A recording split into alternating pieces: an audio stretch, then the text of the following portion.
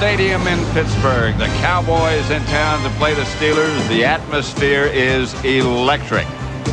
A perfect day in Pittsburgh. The cast of characters is all set. Deion Sanders is apparently healthy. Will open at cornerback for the Cowboys defense. And Kordell Stewart, wearing a knee brace, will start at quarterback for the Pittsburgh Steelers. Pat Summerall here again with John Madden. And John, what kind of game do you expect? Yeah, I think any time you play the Pittsburgh Steelers and you play them in Pittsburgh and you're the Dallas Cowboys, the number one thing it's going to be is a very physical game. It's going to be about running the ball, and it's going to be about stopping the run. And anytime you think of those things and you're in an opener, you're thinking of big old linemen and you're thinking of the trenches. And to me, the team that's going to win this game today is a team that wins the battle in the trenches. Well, one of the best coaches in the NFL is Bill Cowher of the Steelers, and Pam Oliver's down on the sidelines with Bill right now. All right, Pat, thanks a lot. I know, Bill, earlier you made Kordell Stewart your guy. Tell me, what are some of the most important things he can do to help himself be successful? Well, just to keep it all in perspective, Pam, you know, it's a long year. There's a lot of excitement and emotion out here. Stay within himself, not overreact either way. But he's had a good demeanor about him. I don't think this is going to bother him at all. I know your dad, Laird, is not able to be here for the first time in a long time. Your thoughts must be with him, well, too. He may not be here present, but I know I'll be able to hear him from the hospital. So, hi, Dad. Thanks, Bill. Thanks, good Pam. luck. All right. Coming up, it's the Dallas Cowboys and the Pittsburgh Steelers from Three Rivers Stadium. Pat and John will be back for the opening kickoff when Fox NFL Sunday continues after these messages from your local station. You're watching Fox NFL Sunday. And now, the Erickson Countdown continues.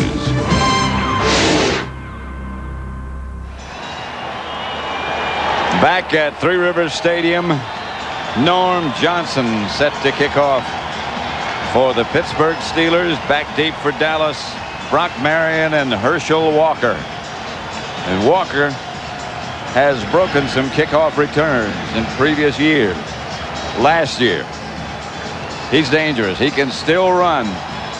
You know, if you think of all the opening games, in these opening games, special teams will play a bigger part of them than they will any other game the rest of the year. Because of all the excitement and emotion and the end of training camp and regular season starting. Johnson, who replaced Chris Jackie, and this is Herschel Walker at the 7. Walker hit down at about the 29. And let's look at that Dallas Cowboy offense, led by Troy Aikman. Last year, not his best year, but still, by most standards, very, very good. In front of him, Tuane Newton, the new center, Clay Shiver, Allen, and Eric Williams. Emmett Smith, Darrell Johnson, the two running backs, Miller and Irvin White, and Eric Bjornsson will open at tight end. The Cowboys start from their own 29-yard line.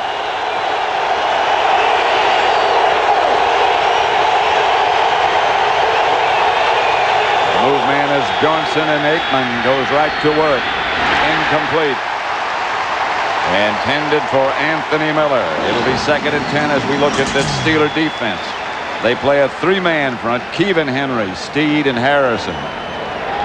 4 very active linebackers. Lloyd Holmes, Kirkland, and Jason Gilding. And in the secondary, the #1 draft choice, Chad Scott at one cornerback, Donnell Wolford at the other, Perry and Lake.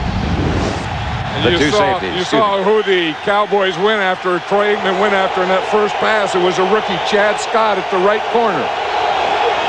Aikman again to throw it. Intended for Miller, incomplete, a flag on the play. Donnell Wolford was covering Anthony Miller. You know, it's interesting. I think that's the plan of the Cowboys today is to run the ball. But I think they want to come out passing to loosen up this Steeler defense and then run. Defense, 5-yard penalty, automatic first down. Automatic first against Wolford. The call, Jerry Markbright, the veteran, is the referee. There's Donnell Wolford right there. And you'll see after 5 yards, you can't touch him. You see he has a hold of him, his right hand right there. But you can't do that. No. Miller had his hands on him, too. You know, they don't look at the offensive guy in the first 10 yards. They look at the defensive guy in the first 10 yards after the first 5 yards. Emmett Smith, line of scrimmage, maybe a yard. The Cowboys are seeking balance between running and throwing. I'll tell you, if they're going to do any running today, Clay Shiver, their center, is going to have to get some movement on Joel Steed. Now, he's not going to be able to do that by himself. He's going to have help from his guards, Larry Allen and Nate Newton. But if you're going to run, you got to get movement right here if you're going to run anywhere inside those tackles. And he's pretty tough to move. Aikman back to Emmett. And Smith cuts it back for a couple of yards, stopped by Gilden. And I think that's the Cowboys' answer, Pat, is if you can't get inside, if Clay Shiver can't get Steve blocked, then you get in the I formation and you pitch and you try and get it to the outside. But this isn't what Emmitt Smith does best, nor is it what the Cowboys does best. And I think it plays right in to the Steeler defense because they are very active and they are the best tacklers in the NFL. 3rd and 7. Aikman has tried Miller a couple of times. Now look for Irvin.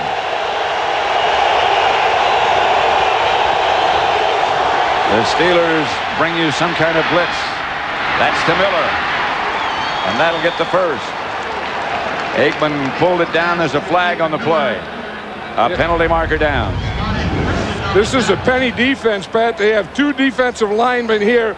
They have 3 linebackers and 6 defensive backs. You see Greg Lloyd goes to the outside. He's the blitzer. Mark Tuinei did an excellent job of picking him up.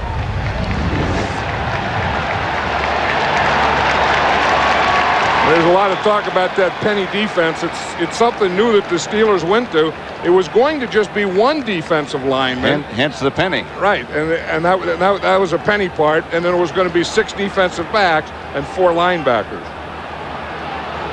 Discussion continues with Jerry Markbright. Barry Switzer and Bill Cowher, the 2 coaches. I think the Steelers have been saying all along, you know, they're right down there listening to the officials. The Steelers are saying that the penalty is against the Dallas Cowboys. What else would they say?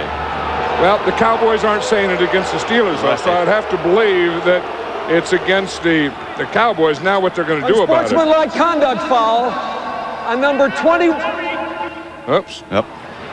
This is the first regular season game for these officials. They're having a little tough start here, aren't they? A lot of committees. That's Jerry Markbright. He starts to talk and then stops. I think he was going to say it's against Pittsburgh. Unsportsmanlike conduct foul on number 21 on the offense. Getting in the way of an official. 15-yard penalty from the previous spot. 3rd down. Now 21 is Deion Sanders. And I don't know how he would have gotten in the way of the official unless it's on the sideline. It has to be on the sideline. That had to be a sideline penalty because they have a line over in the sidelines where the players have to stay back behind that line so that the official can work up and down. It's been called a bench foul, so that's obviously where it happened.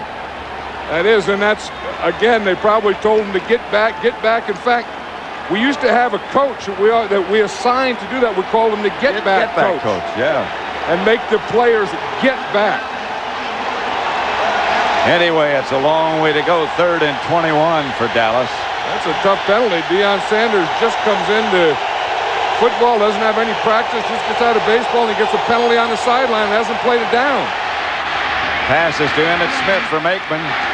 He gets up to the 30, but the Cowboys from there will have to punt. Levon Kirkland made the stop.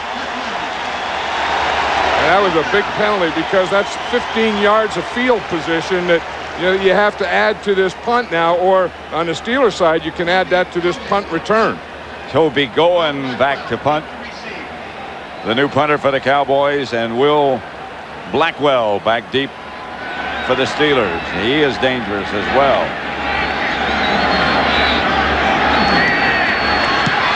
Steelers trying to block it. Good kick. Excellent punt by Goen.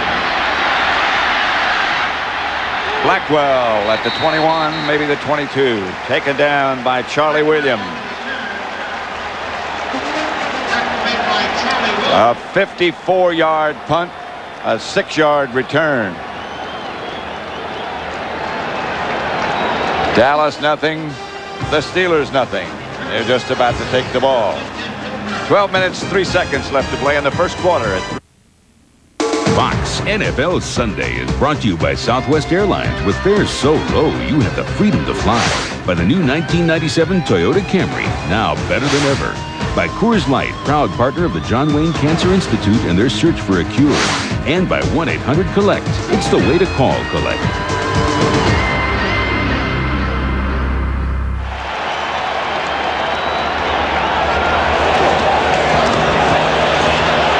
Kordell Stewart, the quarterback, going deep for Charles Johnson, just over his fingertip. Let's check out the Steeler lineup. Kordell Stewart, the quarterback, that's what he was in preseason. 4 touchdowns, no interceptions. In front of him, a very athletic offensive line. Jackson, Wolford, Dawson, Stye, and Strelzik. Jerome Bettis and Tim Lester, the 2 backs. Thigpen and Charles Johnson wide, and Mark Bruner is the tight end. Kordell Stewart.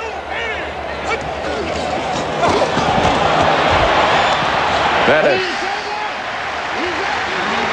for about 5. Tony Tolbert tripped him up. The Dallas defense, they play a 4-man front. Carver, Hennings, Casillas, and Tolbert. The 3 linebackers, the rookie Dexter Coakley, Strickland in the middle, and Randall Godfrey. And the secondary, the strength of the Dallas defense, Sanders and Kevin Smith, Marion and Woodson. 3rd and 6, Bettis got 4. 4 wide receivers and George Jones in the backfield. The Cowboys have 7 defensive backs in there. And a blitz coming. And Stewart's down. And a flag on the play. One of those 7 defensive backs was old Bill Bates. You see him. He plays linebacker in that 7 defensive back alignment. And he was a linebacker, and he came on a blitz. You're going to see him. He's right up in the middle. They think they're going to cover him. And then, boom, he just goes right there. Here's the penalty against Will Wolford, the left guard. They said he held. You see the blitz. There comes. They start to block Bates in the middle, and then they come free from the outside. And Antonio Anderson, the rookie from Syracuse, led the defensive charge along with Bates. I think Kordell Stewart is going to see a lot of blitzing on 3rd and long today. Deion Sanders back to return the punt. Fields it cleanly, got away from 1. Flag on the play. That's going to be an illegal block in the back against the Cowboys for sure. You know, it's interesting. Deion started there on defense. They didn't work on him at all. They did throw 1 deep one, but it was to the other side. And he comes and he punt return. The only thing that he's illegal block, number 42 on the return. Charlie Williams. 10-yard penalty. First down. There's Charlie Williams right there, and you see the block. He tried to get away from him. He just couldn't do it. 56-yard punt.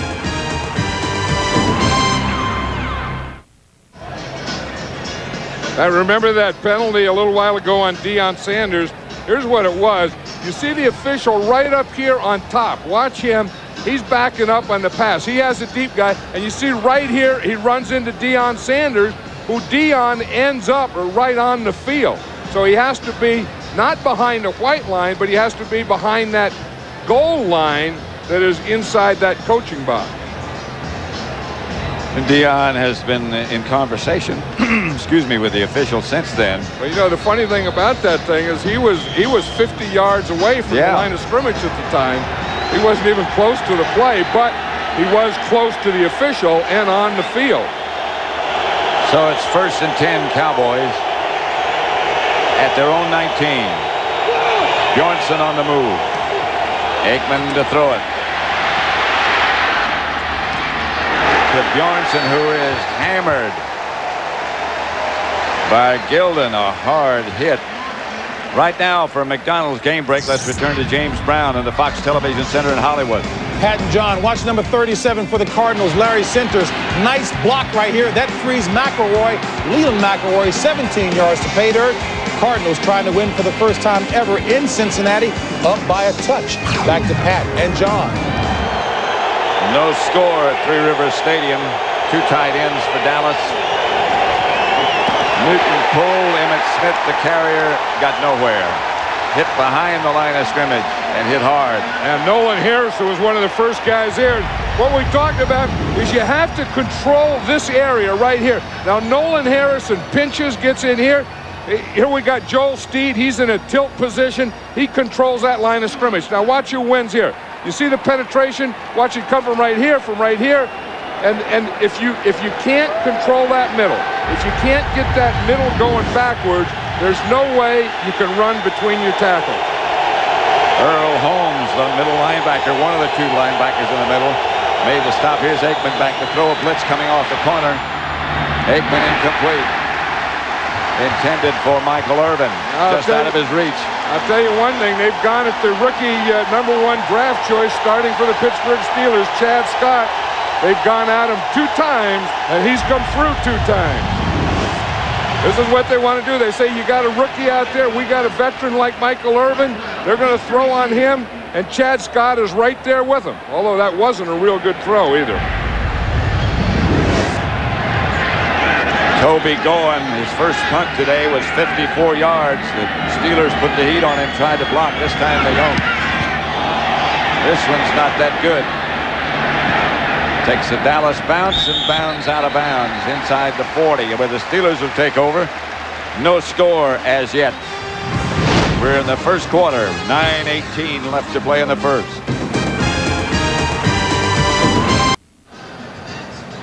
Pat Summerall, John Madden at Three Rivers Stadium in Pittsburgh. It's an electric place today, the opener. Pro football began, by the way, in Latrobe, Pennsylvania. The first full season played by a team of all professionals was 100 years ago in Latrobe, close by. They should know better than not have bunting. They didn't have any bunting here. We had to bring our own today. I know.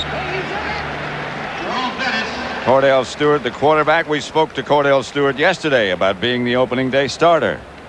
It's going to be very exciting, man, but what I can't do is get caught up into what's going on around me. I have to stay in my own little world, stay with the guys that I'm working with and understanding what Coach is talking about and just keep my wits about me as far as what I need to get accomplished. And I think if I do that, I'll be okay because it's... He seems to be doing okay. Stewart back to throw it. Pass complete to Yancey Thigpen. And that should be enough for first down Steelers. You know, and that's what you're always looking for as a starting quarterback. The first time you do anything is just getting your first. And that's Kordell Stewart's first there. It's his first completion as a starting quarterback in the National Football League. So they're going after Kevin Smith there. Yancey Thigpen just runs a hook. You go like you're going to sell it to him deep, and then you just stop and come right back, and boom, Kordell Stewart hit him perfectly. They have been in the past a running team on first down. Bettis. The run gets a yard. You know, one thing that they want to be able to do, the Steelers want to be able to run the ball. Then they would like to be able to run the ball and get the corners of the Cowboys involved in having to make tackles. I mean, if they can formation or whatever, they would love to run at Deion Sanders so that he has to come up and be the force man, either take on a guard or make the tackle. Sanders moved in motion. Here's Stewart. This time it's Bettis again, and Bettis only got a couple.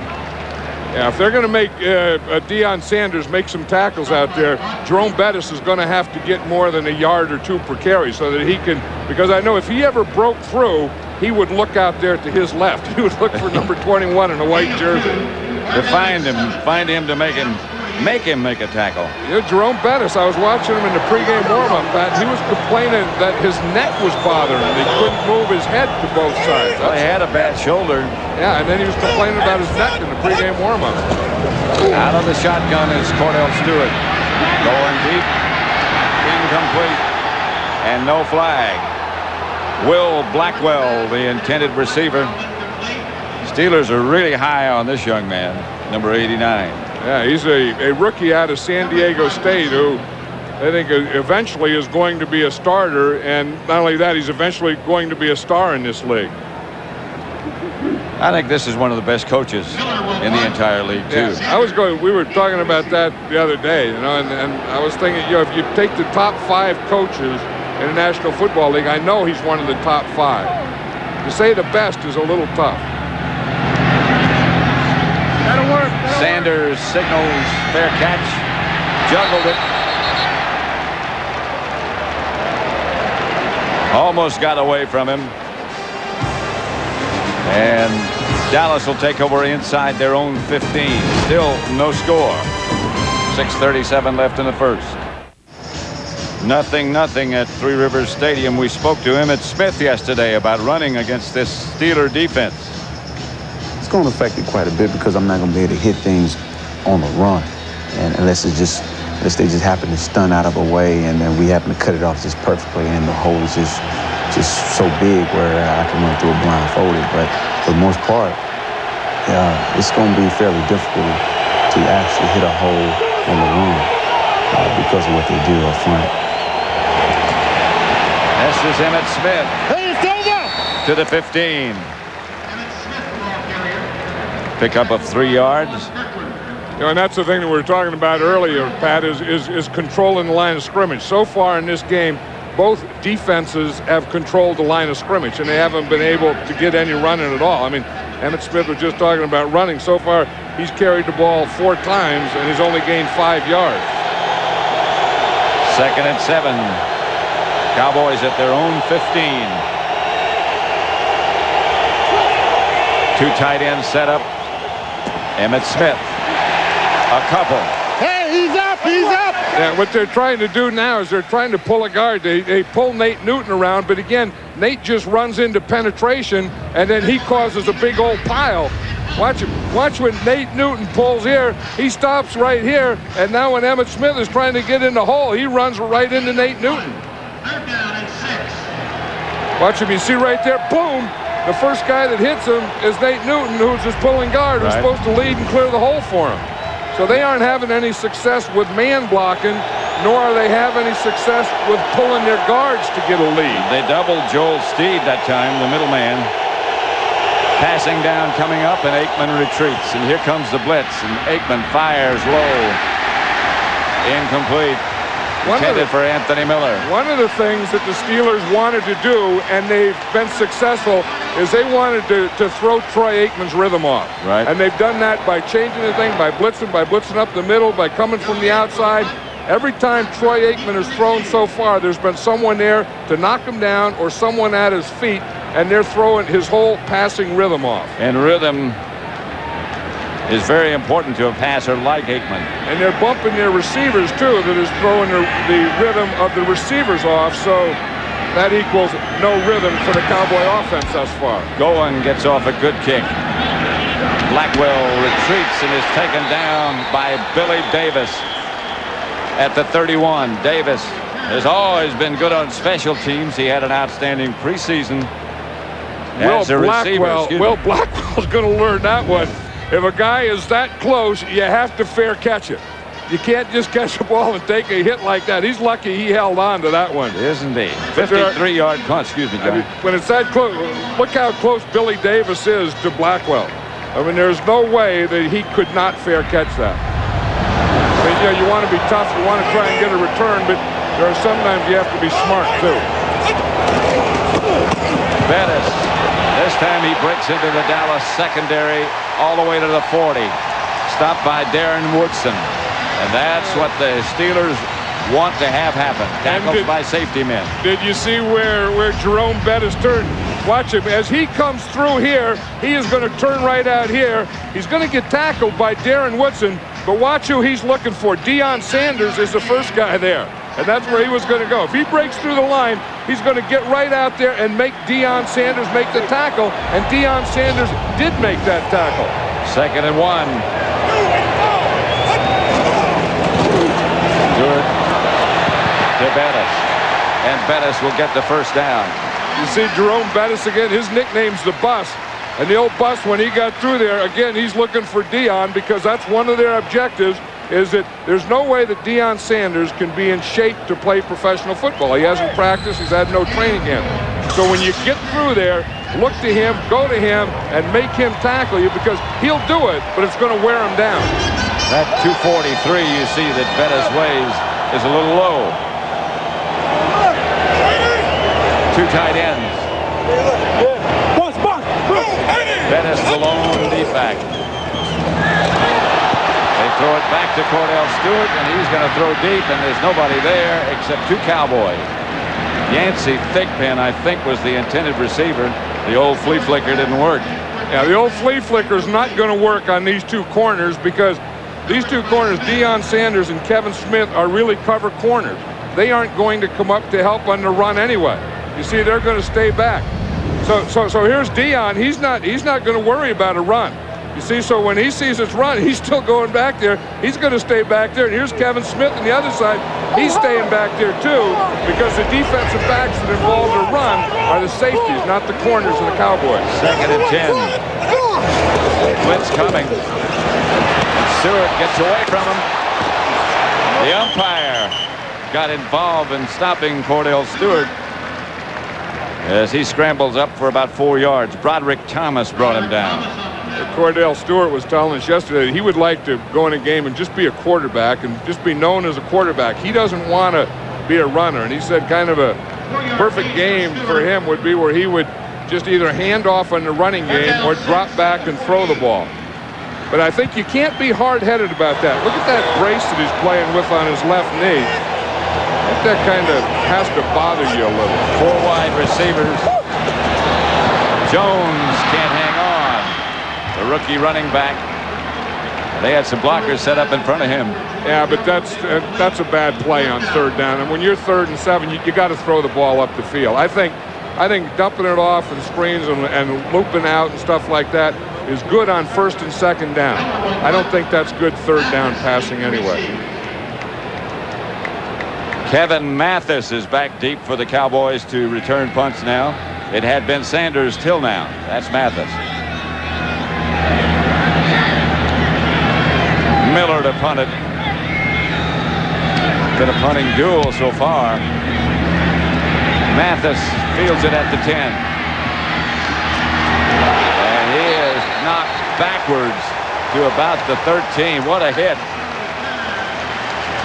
There's been a heck of a lot of hits on special teams, because you know that's where young players make the team. That's Myron Bell. And he'd be playing as a regular on a lot of teams. Yeah, but if you're not going to be a starter, you have to be more than just a guy running down on special teams. You have to be a real contributor, and you have to be the first guy down there and the guy that's making the tackle. I always worry about this with a left-footed punter. Anyone that's left-footed or left-handed, you never know in life how they're going to end up. Unusual things happen. Here comes the blitz after Aikman. He does get it out to Emmitt Smith. Smith still on his feet, gets to about the 23. You see Joel Steed coming straight up the middle, and you wonder how in the heck Troy Aikman got that ball out of there. I mean, Joel Steed is about 315 pounds, and he's going to come running right up the middle. Watch him. He's right here. He's going to come right up the middle, and I think Troy Aikman maybe had a sidearm that thing. Well, watch Steed. He's coming right at Aikman here. He was kind of bending his knees, ready to go down, and he just slid that thing sidearm out there. You got to think somebody missed an assignment for him to come up that free, that as big as he is. Well, they started double teaming, and they both let him go. Both Clay Shiver and Larry Allen let him go. Here is Aikman back to throw it. Gets it outside to Darrell Johnston, and he's got more than a Dallas first down. Johnston started in motion. He's chased out of bounds by Greg Lloyd. The Cowboys are looking for a way to loosen up this Steeler defense. They tried to throw to the outside receivers, and that didn't work. They tried to run Emmitt Smith, and that didn't work. And now they're going to the backs on the quicker or looping stuff. But again, it's not 3rd down passing, it's 1st and 2nd down passing. That one picked up 18 yards. 1st and 10 Dallas at their own 42. LaFleur was the move man, and here's Emmitt. And there is just no place for Emmitt to go. Tried to cut it back up the field. Couldn't. Got a couple on his own. Joel Steed made the stop. You know, you always talk about the 8-man front and how they're going to get the 8-man. Watch Kordell Lake up here. He's a strong safety. Now, even before they start to run, he's going to start working up. So when Emmitt Smith gets a ball out here, that's an 8-man front. You see, you have your 7 front, and then Kordell Lake right up there. He made Moose Johnston block him. He came off the block, but it also freed the linebacker. The 8th man will always be an extra man against the run. Less than a minute left in the first quarter, and Aikman back to throw. Pass complete to Michael Irvin. They knock Irvin out of bounds, but he got the first down. Now there's a 3rd down pass. Well, that's what you have to do. I mean, that was 2nd down, but you have to get the ball up beyond the yard marker. So when you complete the ball, it is 1st down. This is the first pass that he's completed to Michael Irvin. And remember last time, the last time they played here, Michael Irvin caught 8 passes against him. Emmitt Smith that day ran for 171 yards. Charles Haley was just sacking Neil O'Donnell all day. They got 9 sacks that day. Barry Switzer's first game as Cowboy head coach. Aikman back. Fake to Smith. Has time this time. Incomplete. Bjornson was the intended receiver, but he didn't have a chance. Again, by loosening this thing up, now the Cowboys are getting something going. Now they're starting to control the line of scrimmage, and Troy Aikman is getting the time to throw the ball. So that's the end of 1 at 3 Rivers. There's no score as yet.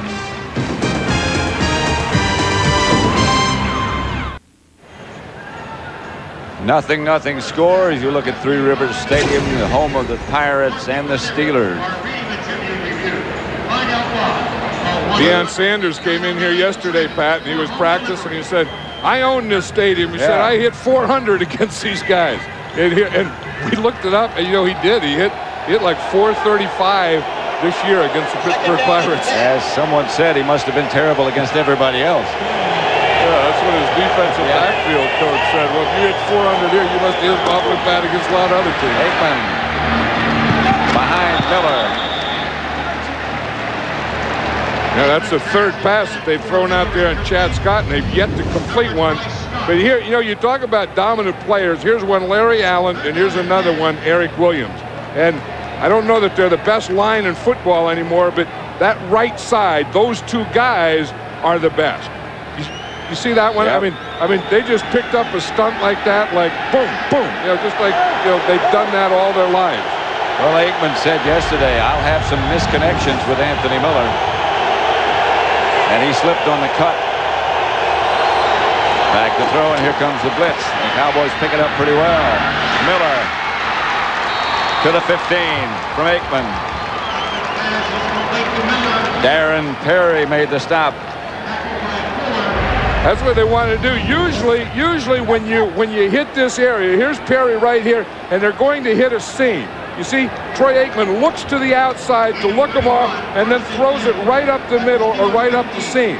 And by looking to his left, what he did is, you see him look to the left right there? That brought the safety over so that he could come back and throw the ball right up the seam to Anthony Miller. 2 tight ends set up for the Cowboys. And Emmitt Smith gets the carry, and Smith cuts back to about the 12. Levon Kirkland made the stop. Yeah, that's not a bad thing. Now, they're having a little trouble with Clay Shiver on Joel Steed in the nose tackle, but if you're going to run the ball, I think you're the Cowboys, you're better to run it straight ahead, get Moose Johnston leading, and run behind Larry Allen and Eric Williams. Why even bother with some of that other stuff? I mean, just pound it, boom, right in there, right now. 2nd down and 7. Johnston on the move. Aikman back to throw. Lofting in the corner, intended for Bjornson, who dives, but just wasn't long enough. Yeah, we talked earlier about how the Steeler defense had taken the rhythm out of the Cowboy offense. Well, the Cowboys got their rhythm back, and it's all starting with pass protection. They're getting their rhythm back because they're giving Troy Aikman time now. And Troy Aikman can come back, and he can look around, he can make his reads, he has clean feet. They're not rushing him or getting in his face the way they were earlier in the first quarter. On 3rd down, they still need 7 for a first.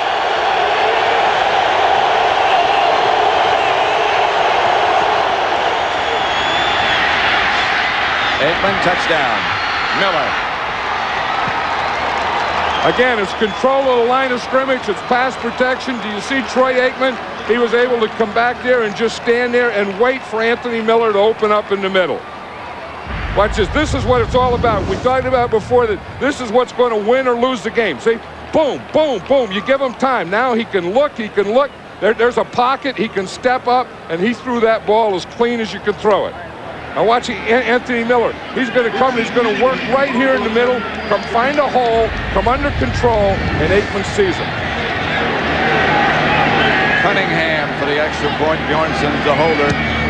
Richie Cunningham, the rookie kicker, or the new kicker for the Cowboys, makes it 7-0 Dallas.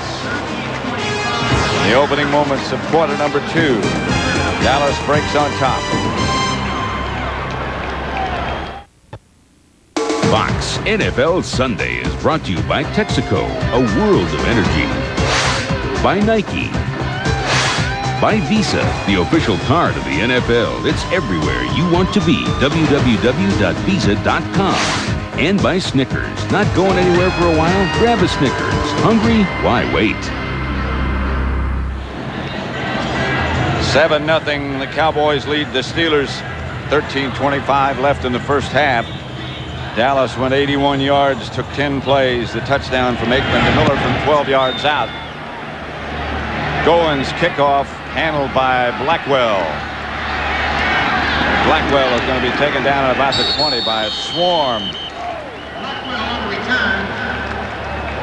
This week on the Fox Saturday Baseball Game of the Week, the playoff race heats up. When American League Eastern Division rivals clash as the Orioles battle the Yankees, plus other key matchups. Coverage begins a half hour before game time with In the Zone, followed by all the action. Check your local listings for the game and time in your area. Baseball, football, WNBA championship last night. Got a lot going on. Yeah, well, as you said earlier, this is the earliest that the NFL has ever opened its regular season in the history of the game. This is Bettis. Bangs outside the 25 to about the 26. Steelers run the ball on first down. Last year, at least they did. About 70% of the time. Yeah, and the Steelers were one of the few teams that ran the ball more than they passed it. In fact, the Steelers, I think, ran the ball more than anyone else in the league. You're right. And you know, and that's what they are. I mean, they're a ball control, a running team, tough defense, those kinds of things. That's what Bill Cowher is. They need 4 for a first. And here is Bettis again. Doesn't get but a couple. Right now for McDonald's game break, let's return to James Brown in the Fox Television Center in Hollywood. Pat and John, we normally don't show 1-yard runs, but take a look at Lawrence Phillips here. Gets stopped right here, then drags Brady Smith, all 270 pounds, across the end zone. Yes, indeed, he scores. Rams on top, 7-6. Back to Pat and John. Back at Three Rivers, 3rd and 3 for Pittsburgh. At their own 28. 3 wide receivers. Kordell Stewart outside. Courtney Hawkins will have enough for a Steeler first down. Hit by Brock Marion. You know, when we were talking last night to Darren Woodson, the safety for the Cowboys, he said that was the situation that worried him, is that 3rd and 3. You know, if we can keep him in 3rd and long, I think we can blitz him and confuse him. But that 3rd and 3, where he goes 4 wide receivers like they just did then and spreads them out, he said that's the toughest thing that they're going to have to defend today, and we just saw what happened. So what the Steelers have to do is get in more 3rd and 3 or less situations. And that means a heavy dose of Bettis on first down.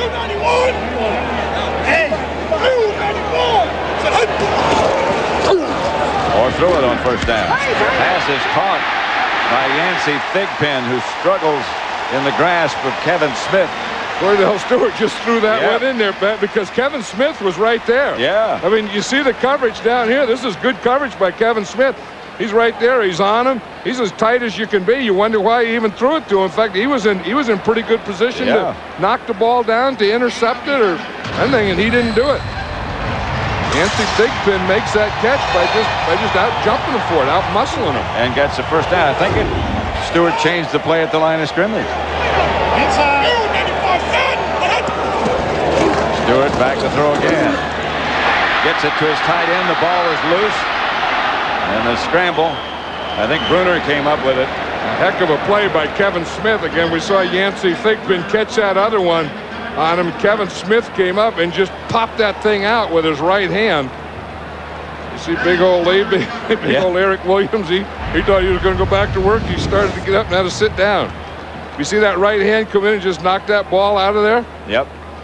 Kevin Smith's a good player. You know, there's so much talk about, you know, Deion Sanders and then Darren Woodson, but Kevin Smith is the other corner, but he's a heck of another corner. He's a solid player. 2nd and 11. Completion that lost a yard after the fumble. Here's Kordell Stewart. Outside to Courtney Hawkins, and Hawkins knocked out of bounds at the Dallas 41.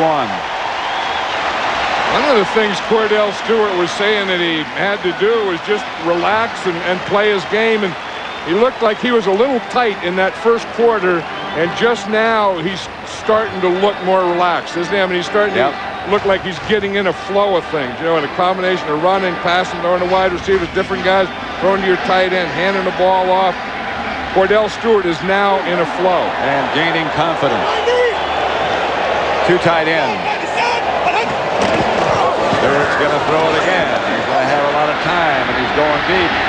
The pass is almost intercepted by Deion Sanders, and if he gets up from this, he hurt with his a bad back.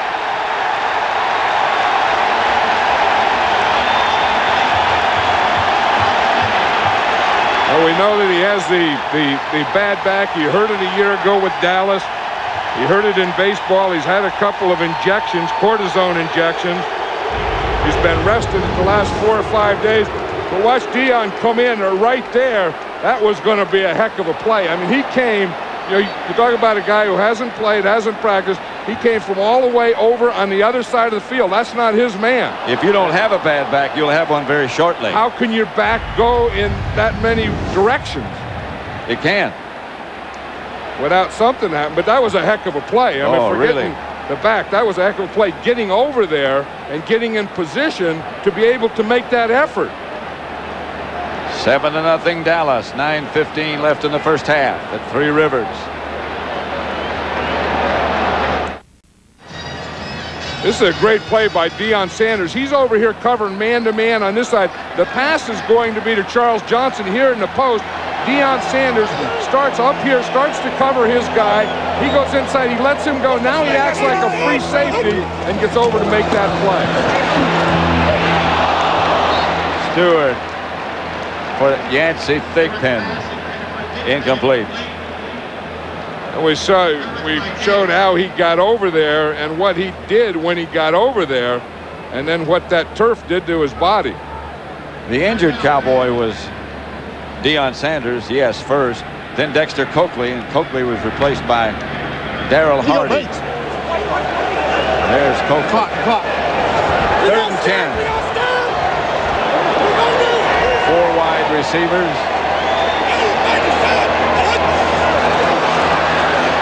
There's Kordell Stewart. Incomplete. Yancey Thigpen intended receiver, and Deion Sanders was back on the coverage. Well, they got a little something going there. In that series, Kordell Stewart passed the ball 7 times in a row. And there's Deion back there, and they figured, let's go to work on him. He has to have a bad back. One thing, they could have called Deion for that because he had his hands on him. And again, after 5 yards, you can't touch him. But they aren't going to stay away from Deion Sanders, especially at the end of the 2nd quarter, and I bet again in the 4th quarter. Kevin Mathis is back deep for Dallas. Miller to punt, left-footed, aiming it for the corner. And it's into the end zone. They'll bring it back to the 20. 7-0 Cowboys. The 2nd quarter at Three Rivers Stadium with 8:56 left.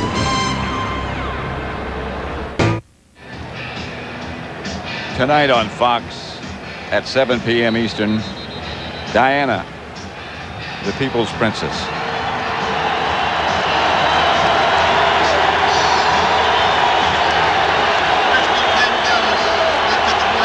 Cowboys 1st down and 10 at their own 20. They lead 7-0. Aikman, Johnston, and Smith. Behind the center, and Aikman drops to throw. Outside Emmitt Smith. He makes one man miss. Gets a Dallas first down. You know, and the guy that he made miss out there was Greg Lloyd. Now here's Greg Lloyd. Instead of rushing, he's dropping back. Now he's playing in a zone, and now he's going to come up. He comes under control. Watch the move to Emmitt Smith. He gives him a little foot to the inside. Greg Lloyd takes that, and then Emmitt Smith just goes right outside. I don't know why the Steelers don't rush Greg Lloyd more. He hasn't been a factor in this game. He barely touched Emmitt Smith. I don't know that knee that he was, missed all last year with, I don't know that that's completely healed. I don't think he's convinced it is. This is Emmitt Smith outside the 30, about the 35. Kordell Lake, who's a heck of a player, up to make the stop. Yeah, Kordell Lake has always been a heck of a player. You know, he played at UCLA as a linebacker and a kick returner. In fact, he played with Troy Aikman. He was a running back. Yeah. He was a running back when he first went there. Then they made a linebacker out of him. Then he came into the league as a safety, and he played corner. In fact, in Super Bowl 30 against the Cowboys, Kordell Lake was the starting corner. Miller, and wherever he goes, he hits. Miller is wide left, Irvin to the right. And Aikman's back to throw it.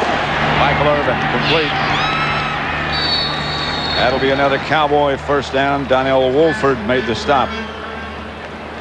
And Troy Aikman does have his rhythm now. I mean, that's the thing. We see over there that they're working on Deion Sanders' back, trying to get that thing loosened up. But it's not only, he says it could be his sciatic.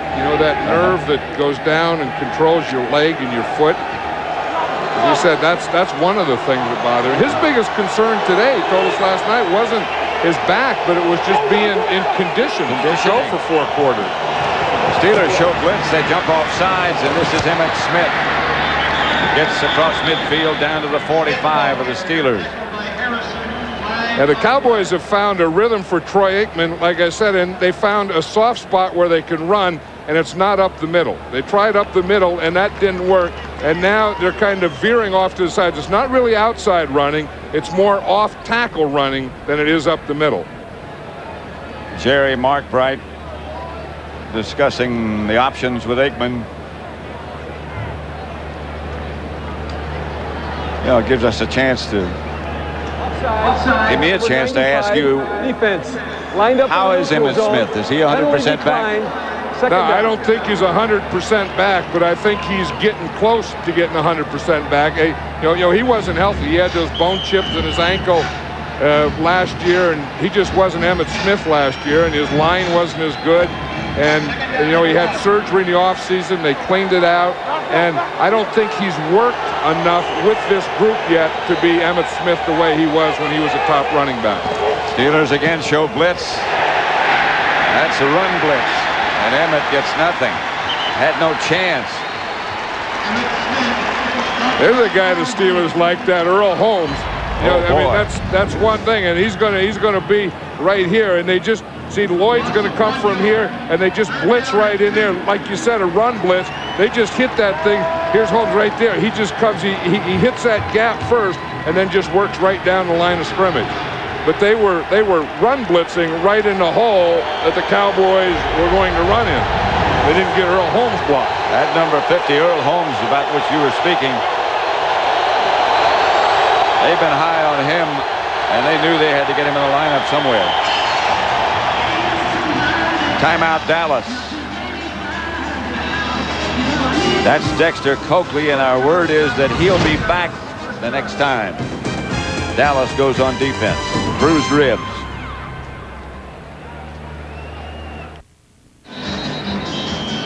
Used to be when you came to Pittsburgh, it was smoke and dirty bricks and dirty streets, and they've done a remarkable job of cleaning up the city of Pittsburgh. Steel country. It was all those things in an immaculate reception, I remember. You brought it up. Here's Aikman. Gets to Bjornsson. That should be enough for a first down. Stopped by Darren Perry.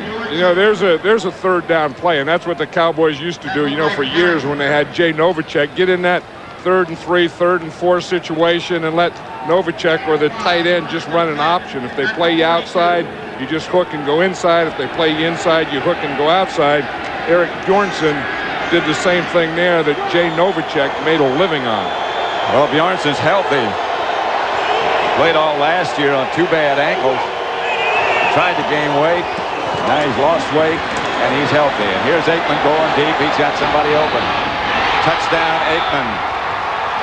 To Michael Irvin. Michael Irvin made a heck of a move on Donnell Wolford out there when Wolford was going for an out. You know, he was playing that short area. He thought that he was going to stop, and then he just ran right by him. Michael Irvin was trying to get the ball. He wanted to keep it. The official took it away from him. Watch him. Here he is out here. There's Donnell Wolford there. Now watch when he gives him the move right there. It's a little stop move.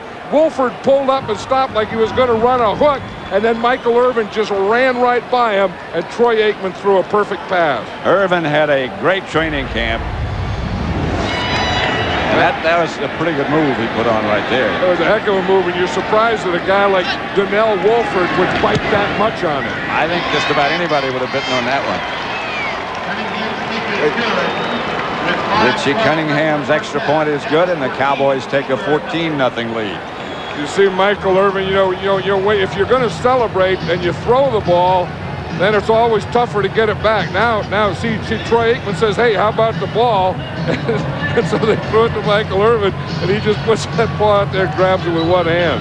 But that was a heck of a move. I think what happened, I think you expect him to run those deep inside, yeah, and those types of things. So you're kind of sitting on that. Now watch, here he is right up here. Here's what Wolford's playing off him. Now he comes up here, and I think that Wolford goes back, and then he just kind of squats here. And then when he squats, then Michael Irvin runs right by him. You see, he has him, he's playing off him, and now when he comes here, and right here, he makes this little stop move. Donnell Wolford took about a 3-step bite on it, and those 3 steps were the 3 steps that Michael Irvin beat him by.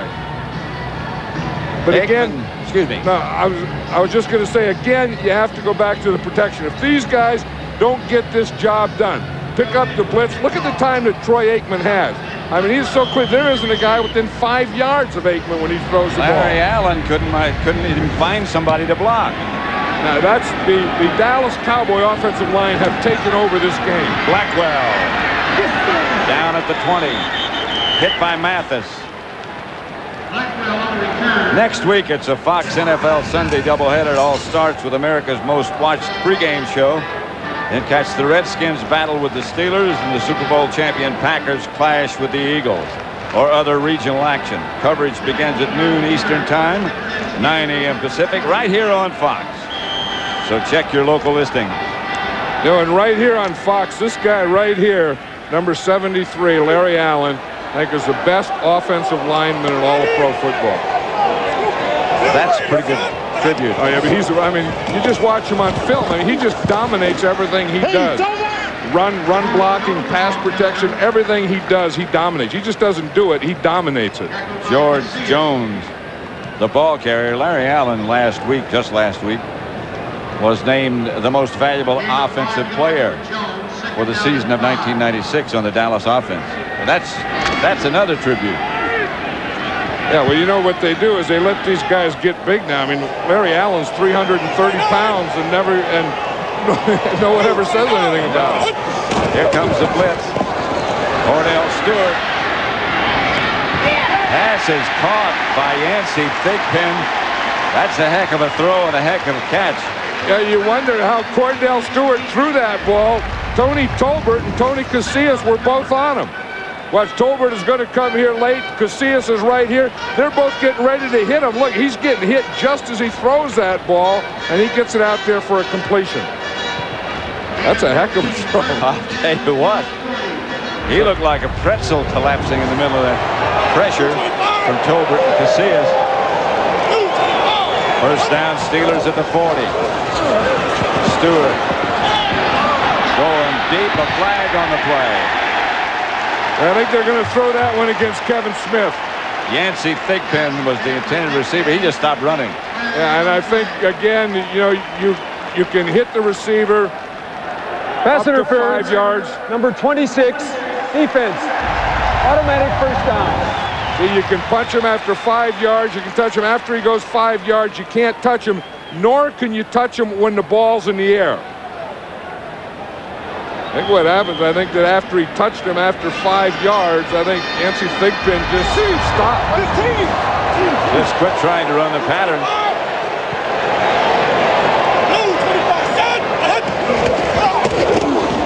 This is Jones, George Jones, the rookie from San Diego State, tripped up by Tony Tolbert,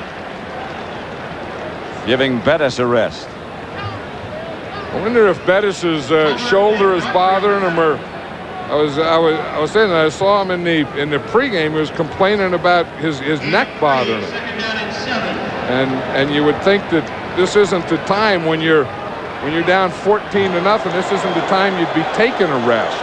I see him standing up on the sideline in front of the Steeler bench. Jones again. One man to get by. And a good tackle. Tackle by Sanders. You know, that's one way to take a runner out of the game, though, and maybe that's what happens. They just want to change of pace and get George Jones in there is just get ahead 14-0, and then a 3 or 4 or 5 yard run doesn't mean as much. You know who made the one-on-one tackle? Deion Sanders.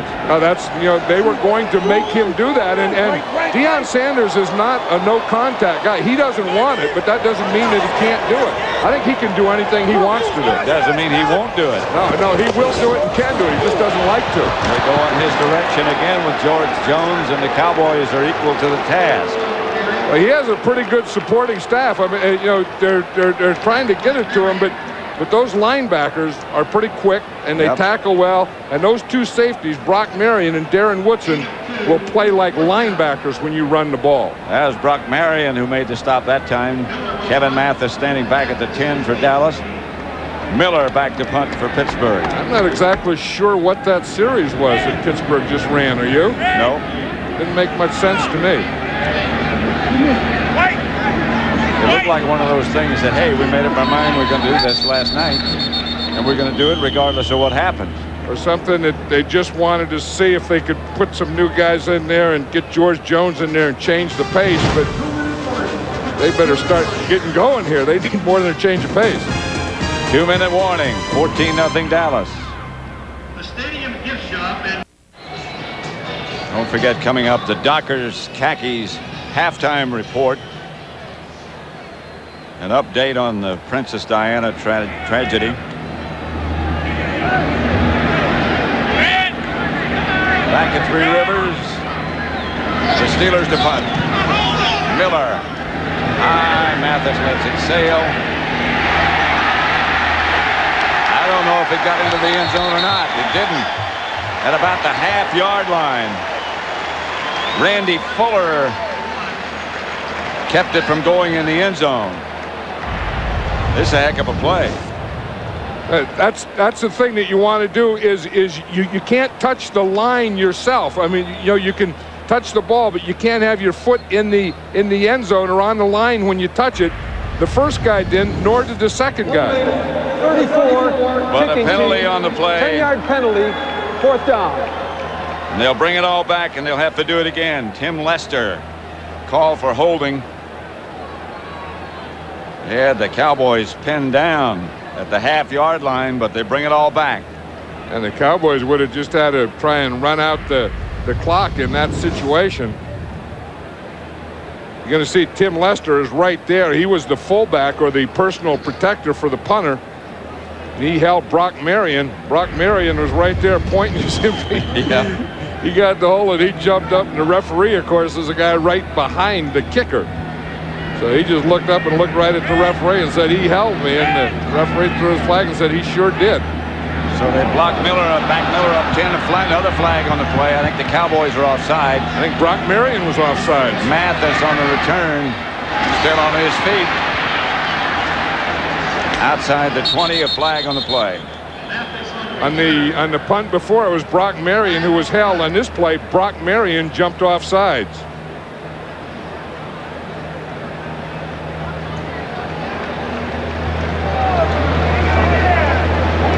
They got the ball at the 20.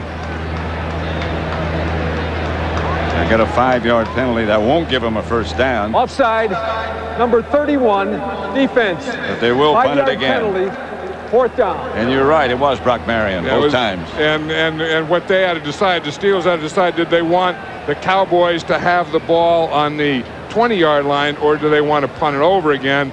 And I would do the same thing. I would punt it over again because, one, you can get them inside the 20, and then 2, there's always a chance of a turnover, a fumble, or any of those things that can happen. And as hot as Aikman has been in the second quarter, you don't want to give him too many chances.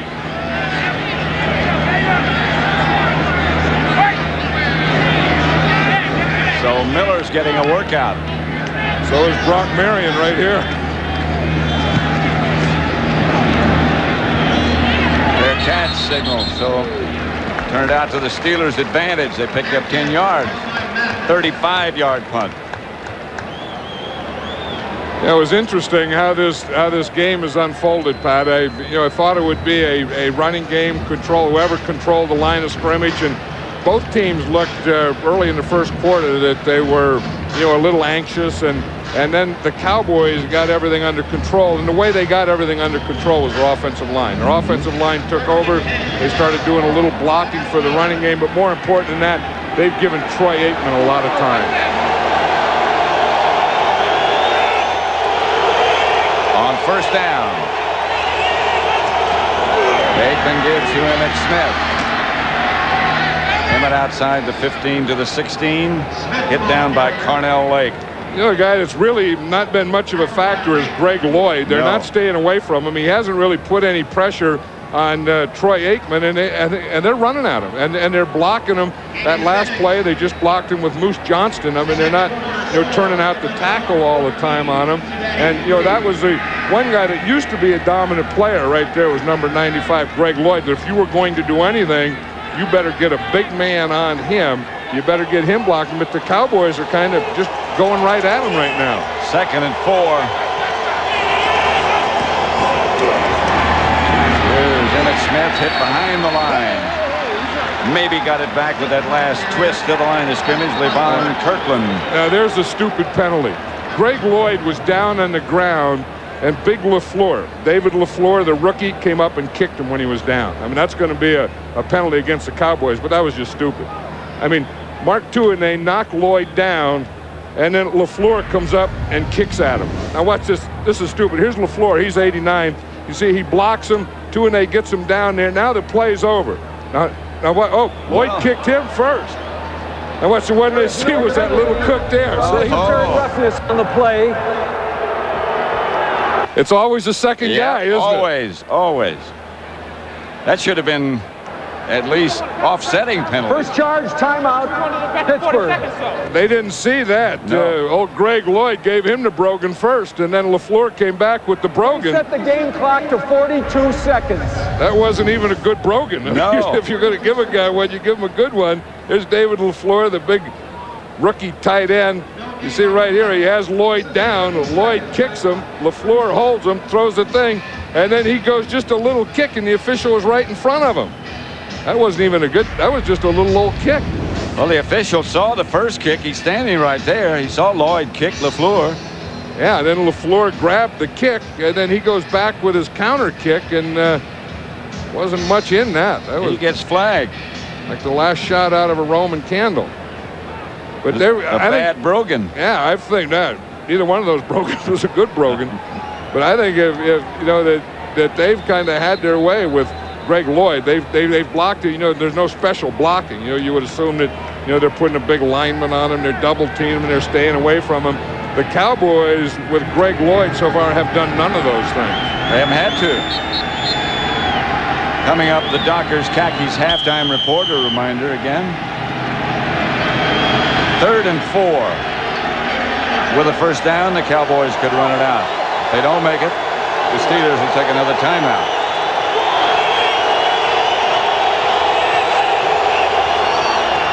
Aikman back to throw. Has some time. Lofts it deep. Got Irvin. And Irvin inside the 30. They finally got one on the rookie, Chad Scott. After all that kicking and stuff, they didn't even call a penalty on that. The official picked up the flag. We knew that at some point they were going to work on the rookie corner Chad Scott with Michael Irvin. This is the first time that they did it. Michael Irvin's other touchdown was on Donnell Wolford. Watch him, he's out here. Here's Chad Scott, he gives him a bump. Irvin gets beyond him now. Now, once he gets here, he just raises a hand and tells Troy Aikman, I'm open, and Aikman makes a perfect throw to him. Michael Irvin, when he hit this turf, lost some hide off his left arm. Yeah, and that'll stay right there in the turf.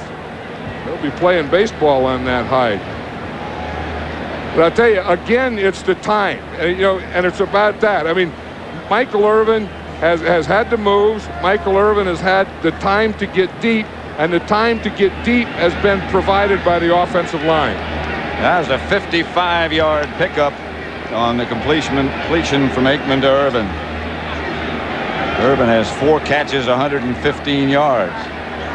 Pretty good first half. And I keep saying that he's had the time, and that's been provided by the offensive line, who in the second quarter, more in the pass and on the run, have taken over this game and are dominating this game. This offensive line of the Cowboys in the pass protection area.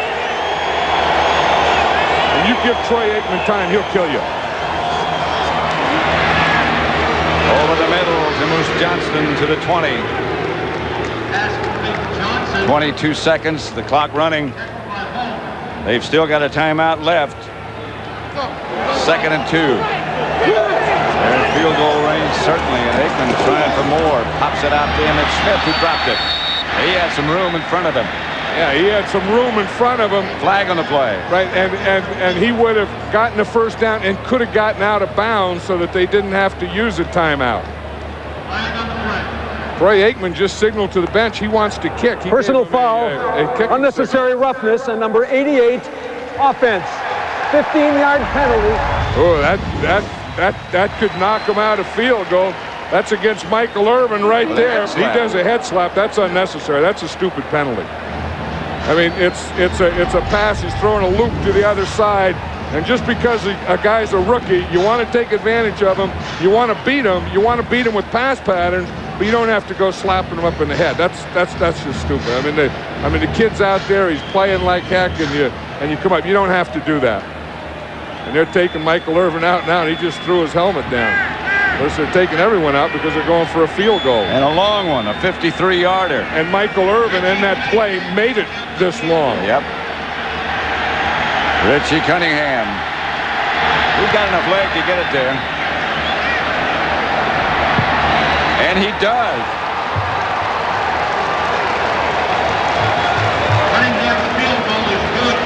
There's a happy guy now. Richie Cunningham got Michael Irvin off the hook. And I don't care. The Cowboys had good field position. They had a chance maybe to score a touchdown. Then they had that dumb 15-yard penalty, and that put a lot of extra pressure on Richie Cunningham. But when he is successful, that's going to build a lot of confidence. From 53 yards out, Cowboys lead at 17-0. The head coach even likes that a little, doesn't he?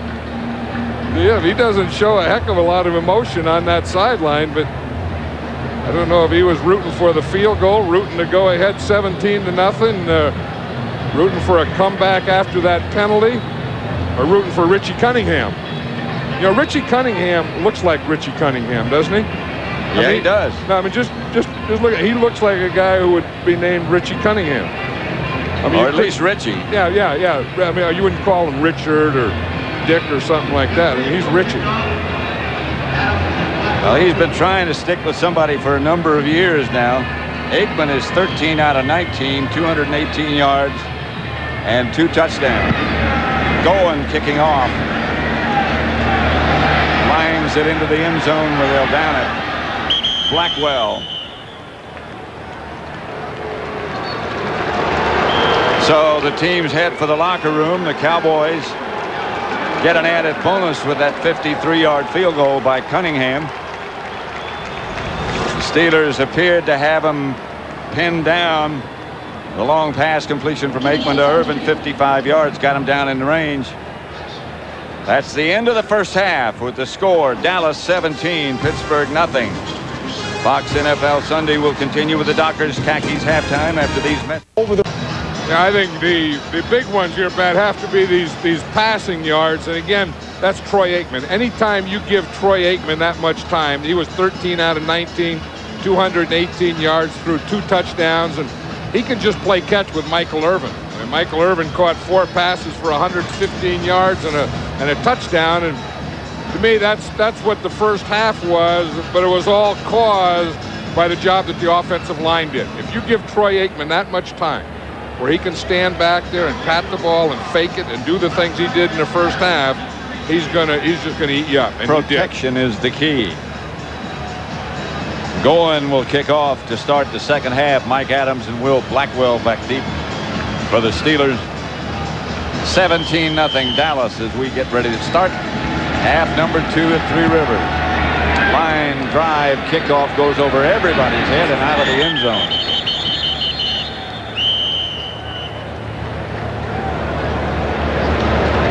First half possessions, and look at this for the Steelers. Yeah, well, you know, their starts really weren't bad. I mean, that's not a bad start, and that's not a bad start, but their deepest penetration was to the Dallas 40. I mean, they didn't have real terrible starts all the time, but even when they did get a pretty good start, they didn't do anything with it. And where we said how the Cowboys and Troy Aikman have gotten into a rhythm, the Steelers have not gotten into a rhythm offensively. You punt 6 times in a half, and you haven't been very good on offense. That's Bettis. His best run of the day. Dexter Coakley made the stop on Bettis. That was a question about Coakley, if he was big enough to take on backs as big as Bettis. There aren't many that big. Coakley's only about 220. Now, the guy that missed, though, was Brock Marion. Coakley was up there. Brock Marion, you know, the Cowboys always give one of their safeties a whole responsibility. Brock Marion had it that time and missed the tackle. Second and short. Bettis. First down. Stopped by Godfrey. That's what we thought the Steelers were going to do all day long, bang away with Bettis. Well, they started to control the line of scrimmage. Brendan Stye got a hold of Tony Casillas and got him going backwards, and that gave him a soft spot. They stood Casillas up in the middle of the line, got a little movement going back on him, and then they were able to get that first down. In the first half, they didn't get any backward movement.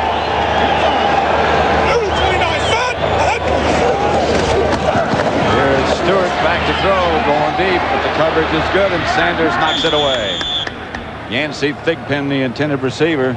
Yeah, you always wonder about that. Is, you know, if you're playing against Deion Sanders, and one of the things the Steelers says, you know, we're not going to worry about Deion Sanders. We're going to go after him. We're going to treat him like any other corner.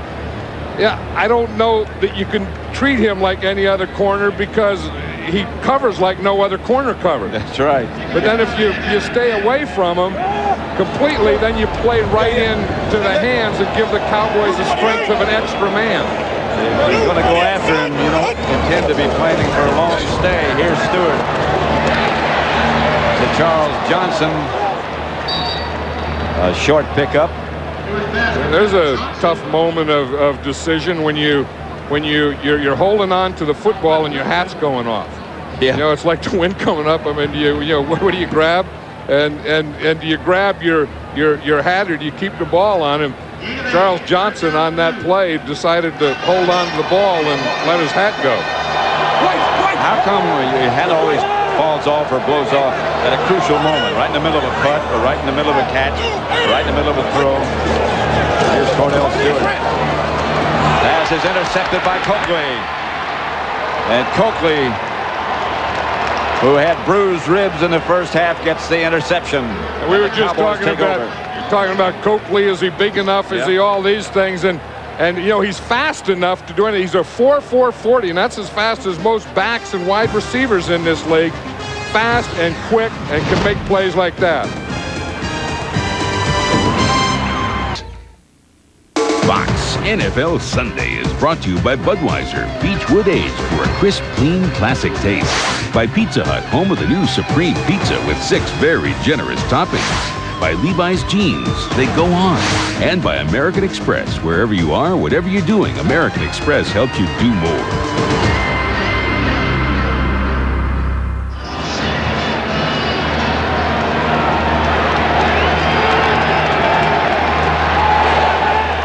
Summerall, John Madden back at Three Rivers Stadium. Cowboys 1st and 10 at the Steelers 37. Aikman retreats. Fires. It was there to Anthony Miller. He dropped it. You know, as you look at Anthony Miller, he's really going to help this Cowboy team. And I think he has so far. Obviously, he got him their first touchdown, and I think he's taken some of the pressure off of Michael Irvin. But you notice something different about him is that he doesn't wear gloves.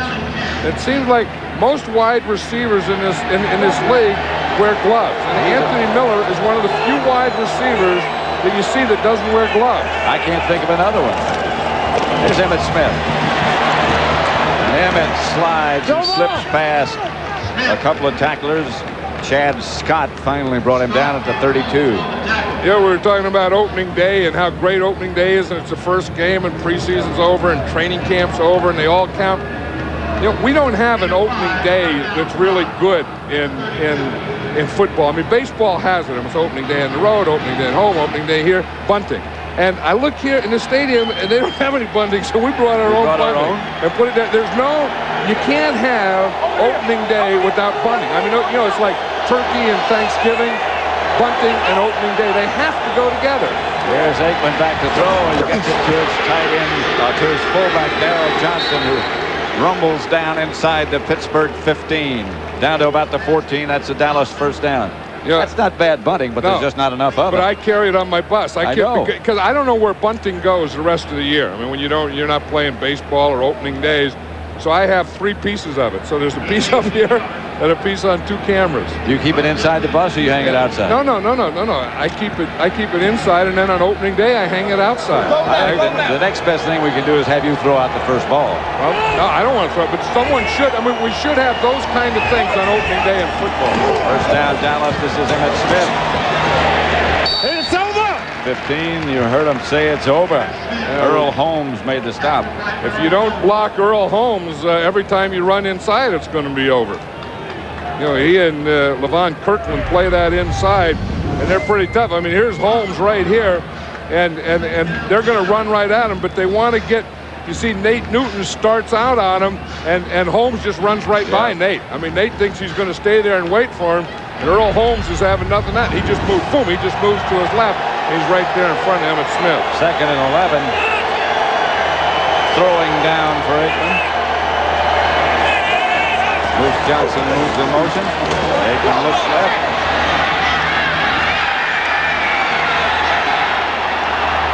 Still no signal. Yeah, it's a touchdown. Touchdown. Aikman to Irvin. Michael Irvin is having a heck of a day. So is Troy Aikman.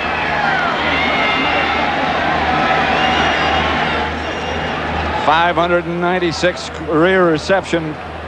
He passes Sterling Sharp at all-time records. Michael Irvin, 5 catches, 130 yards, and 2 touchdowns. I'd say that's a heck of a day. Now, and Troy Aikman, you know, just got him out there, and the rookie again, Chad Scott, threw a jump ball to him. Cunningham's extra point is good, and the Cowboys lead the Steelers 24-0. It's a heck of a catch. Look at the jump ball. I mean, there's 4 hands up there, and the 2 of Irvin's get. 10:42 left in the 3rd quarter. It's 24-0. Michael Irvin, 2 touchdowns today. He had 2 all of 1996.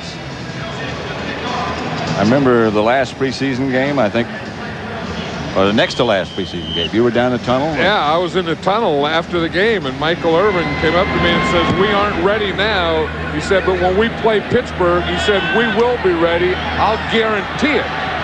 This is the rookie from Texas, Adams, who fumbled right into the hands of another Steeler. Number 54, Dante Jones. Watch the protection on that touchdown pass, Pat. I mean, Troy Aikman, from the 1st quarter on, has had this type of protection. Look, he can just stand there and wait, and then he just throws a jump ball. Now watch Chad Scott here, number 30. He's not bad. I mean, this isn't bad coverage. There's 4 hands go up for the ball, and Michael Irvin's 2 come down with it. And that was, you know, a great throw by Troy Aikman, because it was right at the end where either Irvin is going to get it or no one's getting it. That's Bettis.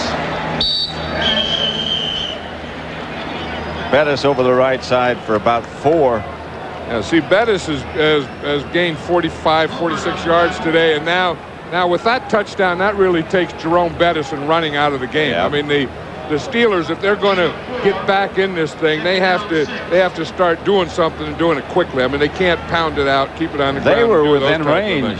They were within range before that one series where they took Bettis out, put George Jones in, and threw the ball on almost every down. Bettis left it on the ground, and the Cowboys have it. And that's Brock Marion, I believe, who made the recovery, and he's down at about the 10-yard line, maybe inside the 10. The Cowboys got him going backwards now. That's one thing that Jerome Bettis does do, is he's a fumbler. In fact, I think of all the running backs last year, he fumbled more than any other running back. And here you see he just fumbles the exchange. I don't know if it was low or didn't get there, but that ball never did get to Jerome Bettis. Brock Marion just picks it up. First down, Cowboys at the Steeler 10. They lead it 24-0. And we talk about the Cowboys and the offense and Troy Aikman and Michael Irvin, but their defense has played very well today and been very aggressive and has made things happen. Not only that fumble, but on the time before they got the interception, Dexter Coakley. First and goal at the 10. Emmitt Smith gets to about the 9. I think the Cowboys have proved one thing that they can do is throw the ball today, and they've probably proven one other thing that they can't do today is run the ball inside. Well, Emmett's had no place to go, no place to cut back, and no place to keep going. Yeah, and that's the center. I mean, Clay Shiver, there's not a lot to him in there at center, and with Joel Steed, they're not getting a lot of movement on him, so there's no cutback lane. They go with 2 tight ends. Here's Aikman rolling behind Newton, looking in the end zone, throws it away. You wonder where Ernie Zampese came up with that play, because Troy Aikman doesn't run with the ball much. I mean, Troy Aikman's pass protection has been so good today that he can just stand back there and throw. He doesn't have to run. And when he runs, he looks like a guy who doesn't run much. There's Ernie Zampese who called that play. I don't know where that one came from. And Troy Aikman is probably thinking where that one come from. Give somebody down the road something to think about. I don't know. He probably some list or something Ernie had there and just found one that he hadn't used. Or maybe he ran out of pencils. He hadn't used since his days at L.A. or something. Johnson comes back in motion. Aikman throws back to Emmitt Smith. And Emmett's out of bounds at about the 7. Be careful. There you go. I heard somebody say decapitated, didn't I? No, you're saying be careful. Oh, be careful. That was the official. No, the official was there. That's good officiating. I've always thought that that officials ought to be a little more like fight referees and get in there and do that type of stuff. When a play is ended, start talking and doing those kinds of things. I knew decapitated didn't belong down there. He was just trying to tell them, out of bounds, the play's over. Everyone be careful here. Richie Cunningham. They made it officially 52 yards, but it was closer to 53. For the field goal, and Cunningham hits again, and the Cowboys get further ahead, 27-0. Everything is rolling the way of Dallas. 8:40 left in the third. 27-0. 8:40 left in the third. Hot day for Troy Aikman. 15 out of 23. 3 touchdowns. Goen set to kick it off. And back deep. Adams and Blackwell for Pittsburgh. Goen hits another one deep. Way deep. And they won't bring it out. If you haven't heard about the visitor by now, prepare yourself for the visitor. Get ready. What do? You bend your knees a little, keep your head up, shoulders square, toes in, eyes crossed. Kordell Stewart back to throw it. Pass is complete to Johnson. He gets the Steeler first down. 27-0. Dallas leading. You never know what preseason means. The Steelers were 5-0 in preseason, looked very good. Kordell Stewart looked good, although he didn't play the last preseason game. But when you start for real, where it counts, and you start the first regular season game, it's a totally different football game than those 4, or in the Steelers' case, 5 preseason games were. Kordell Stewart's learning that now. The Cowboys were 2-2 in the preseason. Pass intended for Charles Johnson, incomplete. I don't know if they've completed anything out there today on Deion Sanders. I don't think they have. No, I don't think that's a way. I think I'd find some other place to go, you know, or get in formations and so on, and work some of these other guys, work those 2 safeties, because Kevin Smith has been doing pretty well out on the other side. Deion Sanders, they can't get any work done there. I think I'd try the safeties. The Cowboys have 2 fresh tackles on defense. Here comes Bettis, rambling too close to the 41 and close to a first down. Marion and Woodson made the stop. Did you see Marion come in to make that tackle, and he hit Jerome Bettis, the bus, and he got turned around and started going the other way? The flag on the play, back at about the 30-yard line. It's going to be against the Steelers. But old Brock Marion, you know, you see that. You have to hit him. Holding number 68, offense. 10-yard penalty, second down. You know, Brock Marion was all set to sign with Baltimore, and he couldn't pass the physical. The Cowboys re-signed him. Watch him here, what happens to him after they re-sign him, number 31. He's going to come right here and get ready to hit. And then he gets hit, and he gets spun around, turned the other way. Look at him. When he ends up, his head is pointing towards the goalpost. He and Woodson both. The bus didn't stop there. No, the bus didn't stop there. The bus turned some heads. But a penalty brings it all back. Kordell Stewart back to throw. Rush by Hennings, down by Hennings.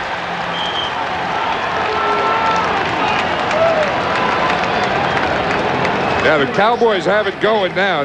They got him on the heels. You get the lead. Now you could just tee off. Here's Chad Hennings right here. Here's Brendan Stye working on him. And you just see he just gets his outside shoulder, and then with his right hand, he gets his inside shoulder. He starts outside, gets him to step outside, and then when Brendan Stye takes that outside step, he whaps him with the inside arm, knocks him to the outside, then goes inside, and then hits the quarterback.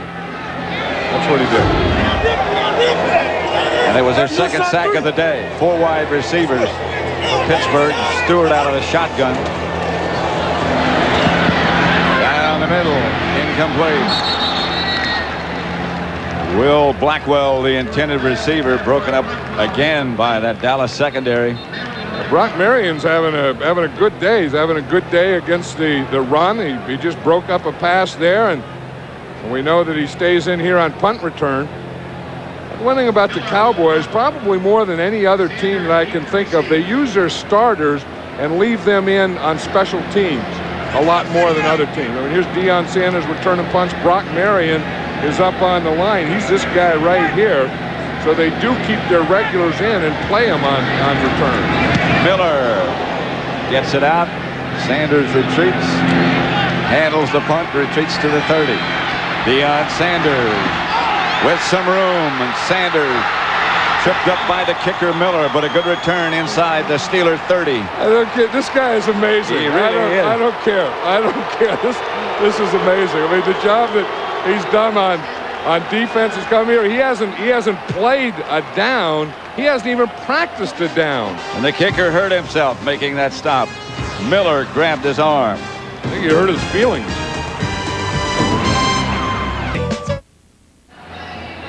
This guy is amazing.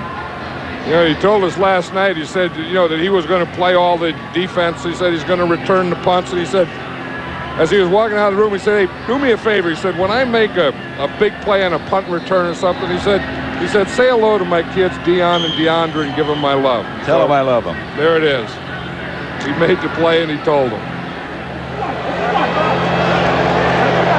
First down, Dallas. At the Pittsburgh 27. LaFleur was the man in motion. Here's Emmett Smith. And Emmett Smith, stiff arm, wrestled to the ground by Scott. Bill Cowher. You don't see that an awful lot. The head coach calling the whole offense around. I mean, he's telling them that you know that we're stinking this joint out, and they are. I mean, their offense hasn't helped at all. I mean, their offense hasn't done anything, hasn't gotten anything started. hasn't gotten beyond the 40-yard line, hasn't come close to doing anything, and they're just sitting there and they're letting bad things happen. I mean, they're having fumbles, they're having interceptions, all the things that you don't want with an offense. Return punts. So that's not the offense, that's the special teams. Here's Aikman back to throw it. Wheels it outside, incomplete, intended for Michael Irvin. Aikman's pass intended for Irvin, incomplete. Scott on the cover. You know, it's been a long day for Chad Scott. You know, we saw him the whole day having to cover Michael Irvin and do all the things he's done out there, and then he comes up to make a tackle and he meets Emmitt Smith's forearm.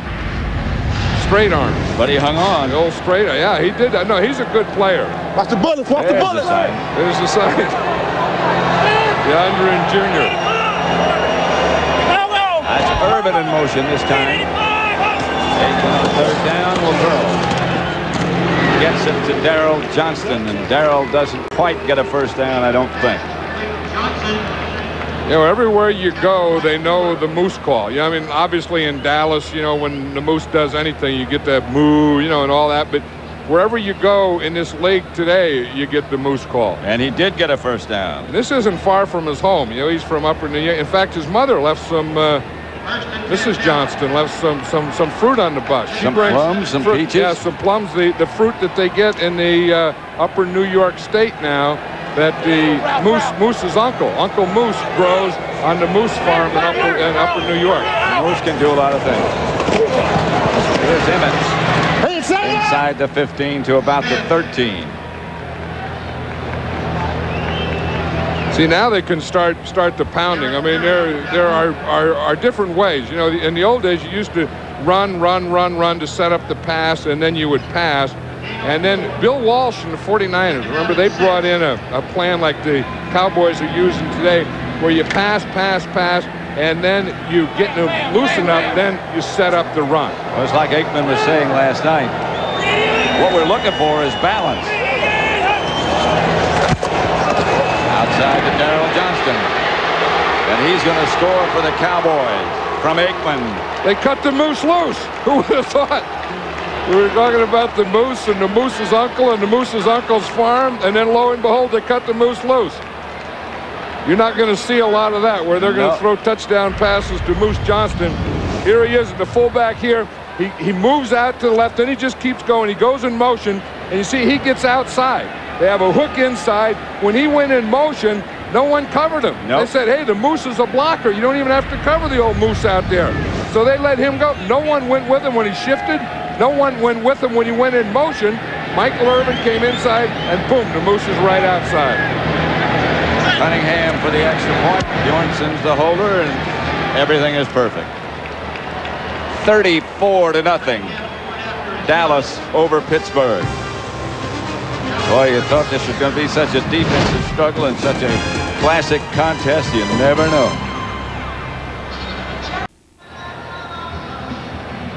Dallas 34, Pittsburgh nothing. That's not nothing wrong with your picture. Well, I think you can tell by the smile on Troy Aikman's face. And you don't see a lot of those. No. You know, remember a couple years ago we were saying that he always looks so tight and he never smiles and never has any fun. Well, he's smiling and he's having fun today. He said last night, I feel very good about our team. Better than he has in years. Yep. That's Will Blackwell on the return for Pittsburgh. Yeah, I said that they didn't go with the moose. Watch, here he is here, and first thing he's going to do is shift. Now, you watch the Steeler defense, they'll make a little adjustment when he shifts. You see, they move a little here. Now he goes in motion out here. No one goes with him. See, there's no defender coming out here with him. So he just keeps going. Michael Irvin comes in, and Moose Johnston has the whole defense outflanked. Stewart gives to Bettis. Bettis outside the 35. Stopped by Brock Marion again. Brock Marion has been very, very active. You expect Darren Woodson of the two safeties to be the more active, but today out there it's been Brock Marion. In fact, maybe he's been so active he knocked something out of himself. He probably got a cramp because he's been playing so much. Yep. That's the walk of a cramp. That's a cramp walk. Omar Stoutmeyer takes his place. Stewart Again to Bettis. To the 40. That's a first down. Yeah, that's the look of it. He had the walk of a cramp, and then when he goes to the sidelines, that's the look of a cramp. And then that's what they do when you get a cramp. You know, that's the old thing where they take your toe and they point it backwards to where it came from, and then they try and massage the muscles. He has a cramp in his calf. That's from being dehydrated, not having enough fluids in you. You're a little low on electrolytes. Where do you point his toe? Point your toe back up. Back where it came from? Where it came from, yeah. Your toe should be up, not down. I'll take the cramp. Bettis, the ball carrier.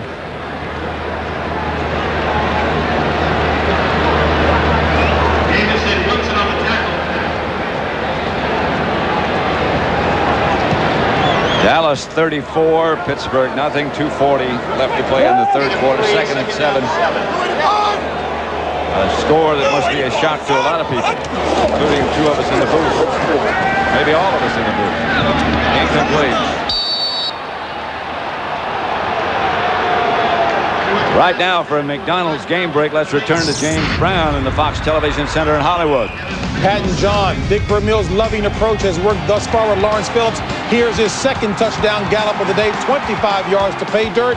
Rams on top, 28-17. Saints minus 4 yards in the second half. Back to Pat Summerall, John Madden. Yeah, it looks like to me that the Saints are missing a lot of tackles on those things, too. I mean, Lawrence Phillips is running, but the Saints don't look like they're tackling a lot of those guys. Like the Steelers haven't looked like they're covering a lot of guys today. There's Brock Marion. Well, that's the next thing they do with a cramp. You see, in the old days, they used to just tell you that you didn't drink enough fluids. Now they stretch you, and then they put your toe back where it came. Then they got a little a machine or something.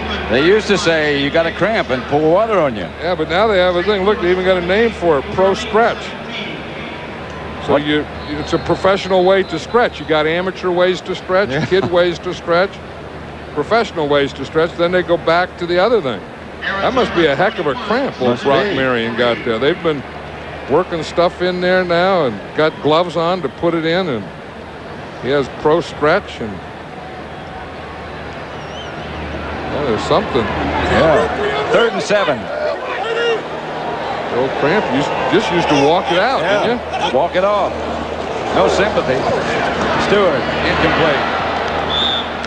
Intended for Charles Johnson. Now, whatever bit of confidence that Kordell Stewart had earlier, he's lost. No, and you have to, you know, it's the old success breeds success, and you know, he's a very positive guy, and everyone here, the fans are staying with him. You know, I mean, I saw in the pregame show where he was talking to Terry Bradshaw, and Terry Bradshaw was saying, well, you got to get hard and you got to watch, they'll boo you and all that, and you know, eventually they will, but they're giving him his day today, a freebie.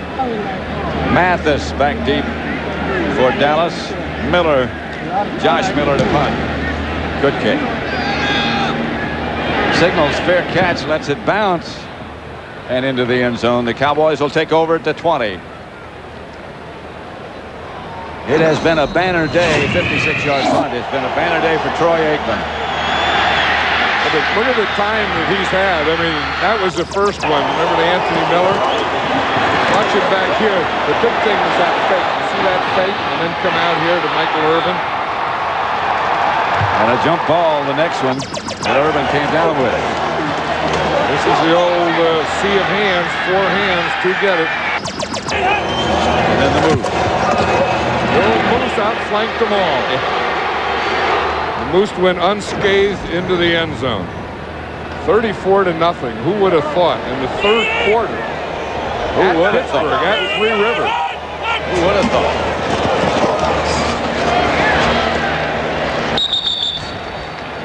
Emmett Smith, the ball carrier, stopped by Nolan Harrison. You know, the Steelers have a couple of all-pros, you know, guys that have been all-pros over the years. Levon Kirkland inside and Greg Lloyd on the outside. They're kind of a linebacker defense, and this offense of the Cowboys has really controlled those guys. I mean, Kirkland nor Lloyd have really been very big today. A flag on that last play. It looked like Greg Lloyd might have stepped offside just too quickly, but they'll talk it over. Personal foul. Personal foul. Face mask, number 74, defense. 15-yard penalty, first down. Nolan Harrison. Yeah, Nolan Harrison was the guy that made the play. He started on the left end. The play came across. He came across the field, and he was the guy that made the tackle. He was also the guy that they called the face mask penalty on. And a major face mask. There are two kinds, 1-5, 1-15. That was a 15-yarder, and that gives the Cowboys a first down. Yeah, if you just get your hand on the face mask, that's the 5-yard. If you get the hand and twist or pull back, then that's the 15-yard variety. Cowboys first down at the 35. LaFleur in motion. Here's Emmitt Smith bending for a yard. Looking for a place to cut, but it's just not there. No, and it hasn't been there all day. And, you know, we talked about the things that they have been able to do. They've been able to pass protect. Troy Aikman's been able to throw. They've been able to do all those things. And, again, we've talked about the things they haven't been able to do, and that's to run straight up the middle at Joel Steed. That hasn't worked in the third quarter, and it didn't work in the first and second quarter either. Second and 8. Johnston again goes in motion. This time somebody goes with him. He adjusted to it that time. Incomplete pass and a flag on the play. It was intended for Anthony Miller. The flag was on Jason Gilden. He was the linebacker there. And what they did is they tried that motion play and figured this time they would go with Moose into motion. Number 92, defense. Automatic first down. And then they'd get the ball to Anthony Miller. Jason Gilden's a linebacker, and he was just back there playing a zone. Anthony Miller came in, and he just reacted to it, and he hit Miller before the ball got there. Cowboys with 2 consecutive penalty first downs. And now it's 1st and 10, Dallas at their own 41. They lead 34-0. And they're whipping the Steelers every way that the Steelers can be whipped. In their own yard. Here's Emmitt Smith, and finally room. Close to midfield. Earl Holmes made the stop, but 9 yards for Emmitt, maybe 8. Well, they finally got Joel Steed on that one, and you're going to watch Nate Newton will come down, and he'll cut him here. Now when they get him down, then they can get a cutback in there. You see, then Emmitt Smith can get a cutback. You see, right here, they take him down. Well, he just kind of fell over Nate Newton, but they kept him on the line of scrimmage, didn't let him get penetration, and that gave Emmitt Smith the cutback. Harold Johnson, he is close to a Cowboy first down. Johnston, the ball carrier. Over behind Larry Allen. And Eric Williams, who's almost back to what he was 3 years ago. Yeah, and you know, back to what he was 3 years ago is the best tackle in football. In fact, 3 years ago, I thought Eric Williams was the best offensive lineman in football. And then he had his car wreck, and you know, he's been rehabbing from that. And I think Larry Allen, to me, has taken that position from him. And that's the end of the third quarter with the score Dallas 34, Pittsburgh nothing. Fox NFL Sunday will continue after these messages and a word from your local Fox station.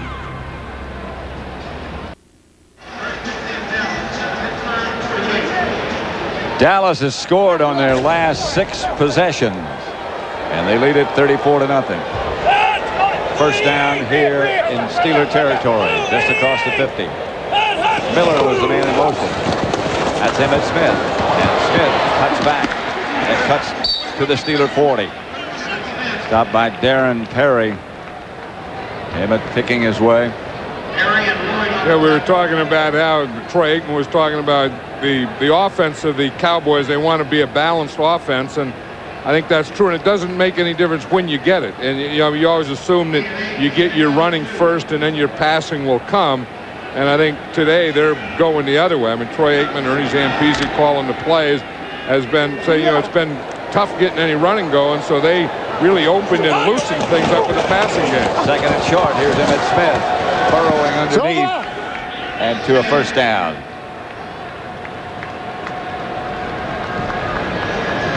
Yeah, we talk about who's the best right now, and I kind of think the best right now is Larry Allen. and just watch the way that he blocks. I mean, he gets guys, and he gets underneath their shoulder pads, and he is so powerful and so explosive that he hits guys, and the next thing that hits is the back of their head on the turf. That's the old-fashioned pancake right there. Yeah, and he finishes. I was talking to Hudson Houck about the offensive line coach yesterday that Larry Allen finishes off blocks better than anyone. Here's Aikman. Pass complete outside to Irvin, out of bounds at the Pittsburgh 20. 21-yard line, make it. Chad Scott on the coverage. Yeah, you could feel that now that they could just do that all day. That, you know, again with the pass protection and with Michael Irvin, the kind of day that he's having, and the zone or whatever, the rhythm that Troy Aikman is in, that they could just pass every down and play catch and score 60 or 70 points against this team. First down, Dallas at the Steeler 21. Look how far Chad Scott is off Michael Irvin now. Here's Emmitt Smith trying to get wide. It does get wide. Cuts back into the middle, down to the 16. Darren Perry again made the stop. You see how far Chad Scott is playing off of Michael Irvin now. They could throw ins and outs and hooks on him all day, and I'm surprised they're not going back to that. Injured Steeler on the play. You know, one thing, you know, when you get to the regular season, then you get down to your regular squad, so you don't have a lot of extra guys to substitute with. So the start of the season also means that your starters really play the whole game no matter what happens. 34-0 Dallas. 12:52 left in the game. Fox NFL Sunday is brought to you by Miller Lite, who reminds you that anything can happen at Miller Time. By Oracle, the company that's enabling the information age through network computing. By the owners, managers, and crew who proudly call the McDonald's in your neighborhood my McDonald's. And by Starter, professional sportswear worn by more teams and more major. As Emmitt Smith, the ball carrier, stopped by Greg Lloyd. I think the Cowboys are just trying to run out the clock now. I mean, you know, there's a lot of clock to run out. I mean, there's over 12 minutes, but they're just playing keep away, and that's one of the things that Pittsburgh couldn't afford today, was to have their defense on the field this much. And the reason their defense is on the field as much is their offense couldn't get anything going and kept, you know, just going 3 and out or turnovers, and then putting, boom, the Cowboy offense right back there again. And Troy Aikman, with this much time, has just done surgery on this defense. 3rd and 5. Aikman takes a timeout and heads over to the sideline. Second charge timeout, Dallas.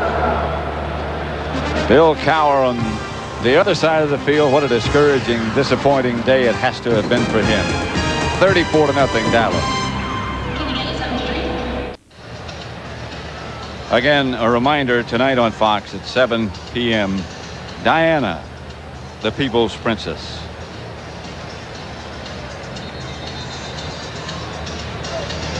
At Three Rivers Stadium, Dallas 34, Pittsburgh nothing.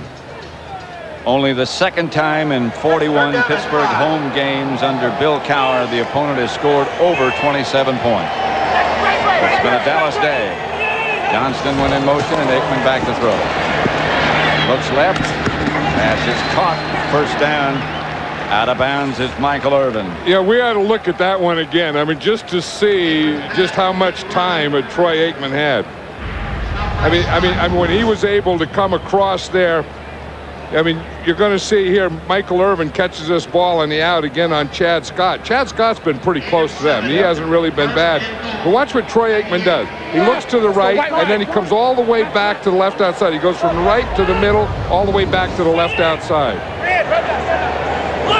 LaFleur in motion on first down. They give to Emmitt Smith. Emmitt down at the 10.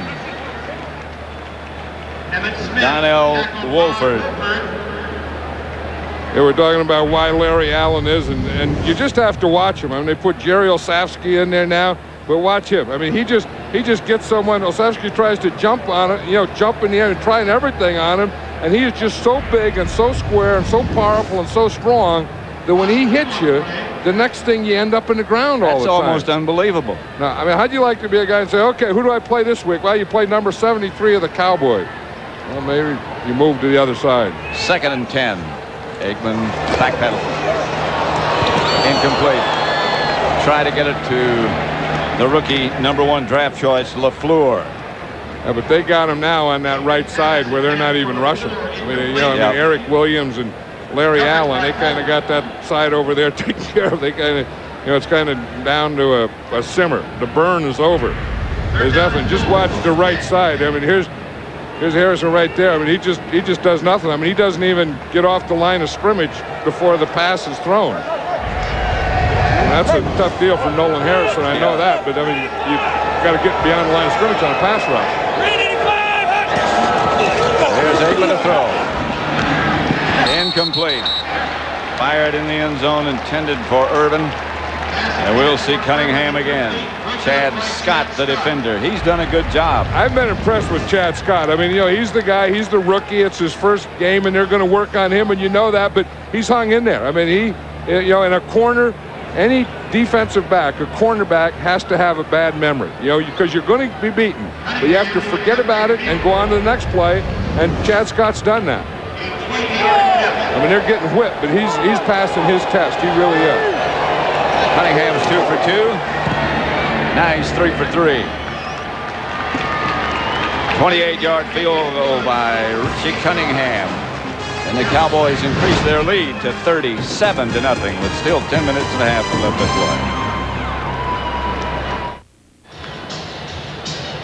play. We wouldn't have to tell you they're losing, but it would be a shock to tell you how badly they're losing.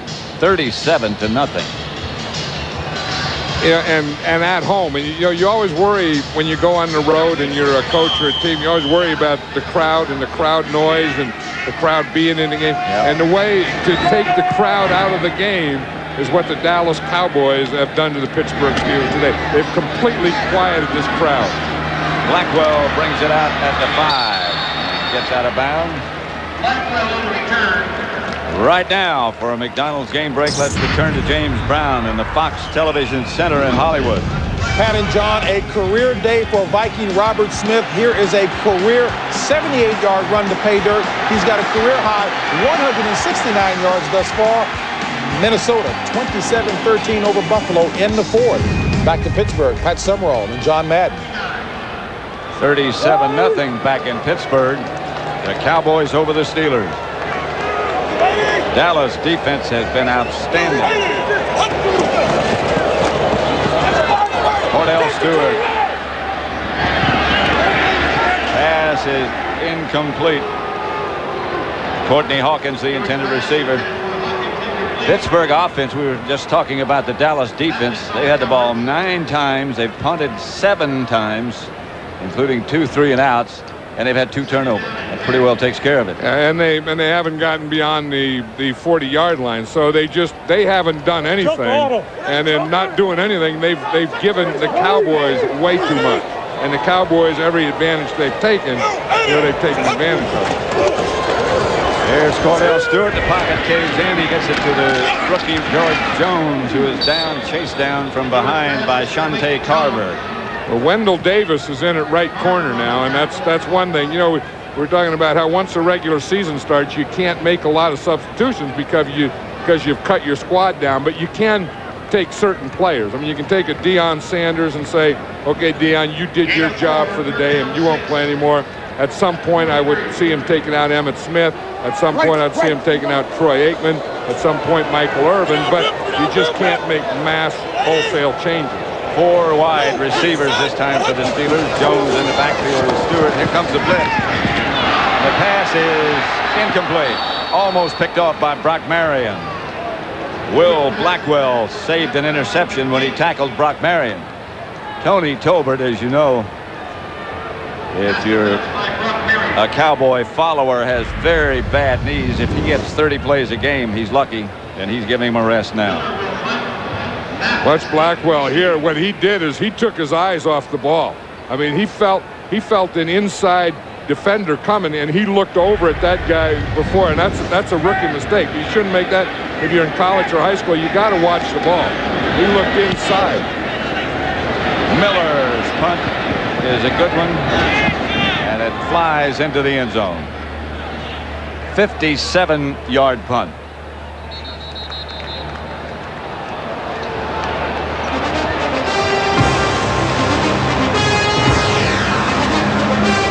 Like him, it could be done for the day. 37-0, his team lead. That's a mural on the side of one of the downtown buildings featuring Jack Lambert, Mazeroski, and like the Steelers today, the mural and the building on which it is painted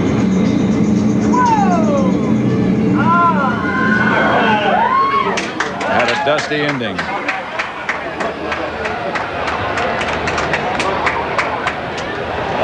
Wade Wilson, the Cowboy quarterback. And he gives to Sherman Williams. Well, you know, the Cowboys did just what we were talking about before. They took Troy Aikman out. Wade Wilson's a quarterback now, as you said.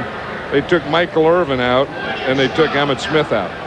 And we'd already seen on defense they'd taken Deion Sanders out. So they're starting to make the changes, you know, that they can make. But again, they don't have wholesale changes because they don't have wholesale players. They only have 4 wide receivers. Billy Davis, Herschel Walker is one of the running backs now. This is Sherman Williams. This game is presented by authority of the National Football League, is intended for the private use of our audience. Any rebroadcast or other use of this telecast without the express written consent of the Pittsburgh Steelers and the NFL is prohibited. What a day for Aikman. You know, it started this week in the locker room. You know, Mark Tuinei was saying to him, you know, I heard that you're the most accurate quarterback in rhythm and all this stuff. And he put a Gatorade bottle on top of his head, and he said, let's see you hit this off. And Troy said he picked the ball up and threw it and knocked it off. From 25 yards away. Here's Wade Wilson. Fires it out of bounds. Good job, Joe. But, you know, the amazing part of that story is not Troy Aikman. I mean, I think that, you know, he could be 25 yards away and knock a bottle off a guy's head. But the amazing story is this guy, Mark Tuinei, he just put it on top of his head. And didn't move. No, and Troy said he threw it at, and you know, you have to throw it with some velocity. And he said Tuinei didn't even flinch. So Tuinei, when he said to it, you know, he calls him Roy. He says, here, Roy. He said, let's see, I hear about how accurate you are and all this. Knock this bottle off my head. Bill Williams told it, and lo and behold, he did it. Going back to punt. But Tuinei has to be a guy that doesn't care. If you do that, you have to not care. Flag on the play. Blackwell taken down by Bates.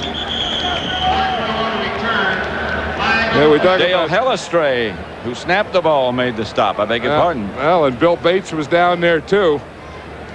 Bill Bates is something. We talk about Tuinei. 48, offense, penalty decline, first down. Tuinei, a 15-year veteran. Here's another 15-year veteran, Bill Bates. Both of them all the time with the same team, and both of them drafted as free agents. Very tough guys, too. This week on the Fox Saturday Baseball Game of the Week, the playoff race heats up when American League Eastern Division rivals clash. The Orioles against the Yankees, plus other key matchups. Coverage begins a half hour before game time with In the Zone, followed by All the Action. Check your local listings for the game and time in your area. You know, I think if you were going to go someplace, there was going to be a little something going on, maybe. Yep. I think you want to take Bates and Tuinei. You want them on your side. A little foxhole story. Yep. With you, though. Yeah, here's what it looks like. Say here's Tuinei's head, right? And you put a bottle right up here. Here's the bottle. Now you get 25 yards away, like over here where the Fox box is, and he just doesn't even play. He just goes like, and then you go boom, and you knock it right off his head, just like that. And he never blinked. He never played. He didn't do anything. I'm not even sure that I could put a bottle on top of my head and it would stay there. Yeah, you could. Don't do it. Don't do it. Give me a bottle. Give me a bottle. George Jones. I don't think that would be the tough part. I don't think the bottle would be the tough part. No, I think you could do that. Well, that's iced tea you got on you. No, I know, but it doesn't make any difference. I mean, you just put the bottle here, and you can stand here. But the thing is if you got the bottle on your head, you can't flinch anyway. Who do you trust? Not. I don't know anyone that I would trust enough to put the bottle on my head like this. This is Pittsburgh's deepest Possession, deepest penetration into Dallas territory for the day. Ball is batted down by the Cowboy defense. You know what's going to be the tough thing is, excuse me. You always talk about confidence and confidence of the quarterback and confidence in the quarterback, and how Kordell Stewart can be confident, or the players confident in him after this. 5-yard penalty, automatic first down. Randall Godfrey, defensive holding, automatic first down. Brendan Stye, the starting right guard for the Steelers. You can see it's something on his right foot. In fact, we just heard it's a strained right ankle. Automatic first down. Today's game is being produced by Bob Stenner, directed by Sandy Grossman. Associate directors Mike Roy, broadcast associates Fran Morrison and Charles McDonald. Technical producers Bob Muller, Rich Nelson, our stage manager. Steeler first down.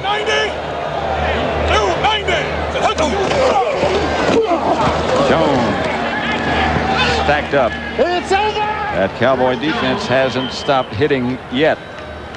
Oh, and the one thing that they thought they were going to have to worry about, in addition to Kordell Stewart throwing the ball, is Kordell Stewart running the ball. Now Kordell Stewart really doesn't want to run with the ball, and I don't know if that's why he didn't run with the ball, or it's because of the left knee and the knee brace, the reason he didn't run with the ball. But I think everyone expected him to break some big plays running and passing today, and he really has done neither. I'm here. Hey. 2nd and 9. Whitman is the man in motion. Stewart is sacked by Stoutmeyer, who replaced Brock Marion. The studio today produced by Scott Ackerson, directed by Bob Levy. Senior producers Bill Brown, the executive producers of Fox Sports Ed Gorin and David Hill. There's Stoutmeyer there. As you said, he was in there for Brock Marion. That was always talk about blitzes and safety blitzes. That was a safety blitz where Stoutmeyer started back as a free safety, worked up, ended up in the line of scrimmage and came on a blitz. 3rd and 11, 4 wide receivers for the Steelers. Pass is caught by Thigpen. Didn't get a first down. 5 minutes left to play. 37-0. It's been a long day for Kordell Stewart. You see he's had 29 pass plays, and the number of hits and knockdowns that he's had. The last time the Steelers were shut out was back in 1993 by the Rams. That includes the playoffs. The Rams shut them out 27-0. Flags on the play. Jones gets the first down. Flags on the play. Jerry Markbright, veteran official. He and his crew have done a good job today. Yeah, they have. You know, for two physical Offside. teams. Number 56, defense. 5-yard penalty. First down. Randall Godfrey, excuse me. There really hasn't been a lot of unnecessary roughness or anything stupid. I mean, we had the two guys kicking each other, and we had Michael Irvin, hitting the guy. But other than that, it's been a pretty clean game. The early one by Deion Sanders when he was on the bench. Well, yeah, I mean, Deion was, he was 50 yards away from the play. I don't know what he was doing there, and he probably doesn't know what he was doing there. Kordell Stewart outside to Whitman to the 12-yard line. This has to be a killer for Bill Cowher. I mean, this goes against everything that he and his team represent. I mean, they've always been a ball control offense, have more plays than the other guy, time of possession, keep the ball, tough defense. And then when there's a shutout, you're on the other end of a shutout, not on this end of a shutout. And all those things that are happening to him today are really not what Bill Cowher is all about. Jones inside the 10 to about the 8. Deion Sanders getting the pads off. He's going to go play baseball tomorrow, I guess. He says he is. Yeah. And you know, Cincinnati Reds says if he can play football on Sunday, he can play baseball on Monday. Gets his gear. He looks like he has some baseball gear on underneath there. The turtlenecks, that looks like baseball gear. Don't need a turtleneck today. He said he was playing here in April, and it was like 15 degrees, and they were booing him. And he said, tell these fans, anyone that comes out in April to watch a baseball game in this cold weather, they ought to get a life.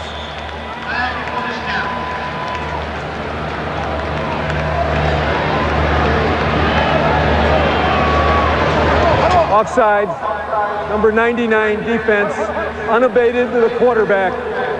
Half the distance to the goal. Herb and McCormick. Watch Dion in left field for the Cincinnati Reds.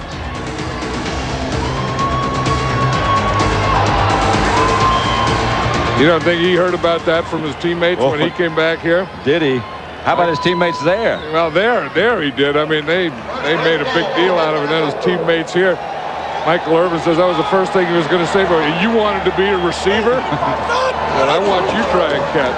Here's Kordell Stewart firing in the end zone and a Steeler touchdown. Mark Bruner, the reception from Stewart.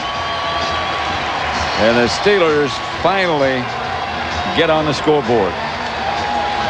And they gave these fans here something to finally cheer about. They've been waiting the whole game, and more than half of them had left already. And the ones that have stayed, at least they can stand up and cheer or clap or dance or use their signs or whatever they wanted to do. They've been holding that stuff back for 3 hours. That paint gets heavy by this time of day. Yeah, no, I mean, you think what you're going to do when the Steelers win or score or whatever, and you know how you're going to be cute, and then they don't do anything. The extra point is good. That makes it 37-7. Richard Roundtree has an incredible ensemble cast. Wonder where that is. Right next to 415. It's on the 411 on one side and 415 on the other side. You got right there in the middle. Now I think we ought to look for an onside kick here. I mean, this is just kind of practice time because 37-7. I don't think it means that much, but in coaching 101, that's what it tells you to do. If you're behind and, you know, in the fourth quarter and you score, you kick an onside kick. So if you look at the Cowboys here, they're in what you call an onside kick prevent. That's their return. It's an onside kick prevent. And then you'll watch the Steelers, they'll get in some kind of onside kick formation. Got the guys with the good hands. Yeah, and then sometimes you'll look and you'll see that they're in the onside kick, you know, protection where they're in that thing, and you just kick it deep against them too. And sometimes you can come up with a play, or you kick it past that second group. They're in an onside prevent. Sometimes you just boom it deep and you can come up with a big play. Norm Johnson will kick it off. And that could be what he's going to do, is just kick it deep. Well, he tried to kick it away from everybody. They can get a play. Goes into the end zone. They'll bring it back to the 20. The triplets, better known as Aikman, Irvin, and Smith. Aikman outstanding. His career high 4 touchdowns, 19 out of 30. Michael Irvin, another great day, 7 catches, 154 yards. And Emmitt Smith, 26 times. Then it was Anthony Miller who got him started, you know, with that touchdown when he came under control and got in the middle. And, of course, the Moose catches a touchdown, too. But having said that, and having said Troy, the triplets and all that stuff, that offensive line of the Cowboys today dominated and was outstanding, especially in pass protection. Sherman Williams gets the carry. And you keep thinking as you look at that offensive line that Tuinei's getting older, Nate Newton's getting older. And how much longer can they continue to go? And they keep going. Yeah, they do. And Tuinei really looked good today. Yeah. I thought, you know, that he looked better. Even when I watched him on film, I thought he looked better these preseason games he played this year than he did all of last year. And of course, Eric Williams is getting better again. Here's Sherman Williams. You see what Eric Williams did on that play? Yeah. That's his draw move. You know, anytime you get a draw, he lets a guy go by him, and then he just slaps him going on by. Watch him right here. This is his draw move. Or anytime you want a guy to go up the field and you just want to do him, watch. He starts it here. Now watch his left arm. Boink. He just knocks him to the ground. That's his draw or run away. That's how you do it. 2 minutes left.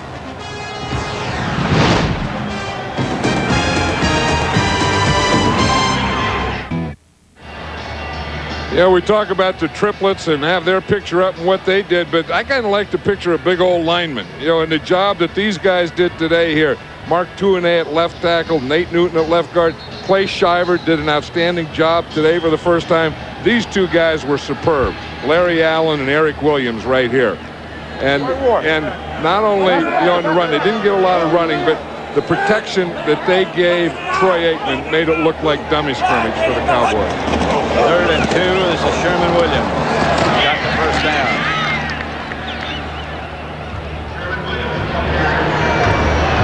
There's Brock Marion, who had an outstanding game. You know, and he could be dehydrated. It's hot down there, and the opening. You know, in the preseasons, guys play a quarter, they play a half, and then the regular season starts, and you know, and you're playing the whole 4 quarters, and you're going at a different speed, and you know, and then it gets a little warm, and you're on the road, and I think there's going to be some cramping and some dehydration on both these teams. Wade Wilson just trying to run it out. That first down.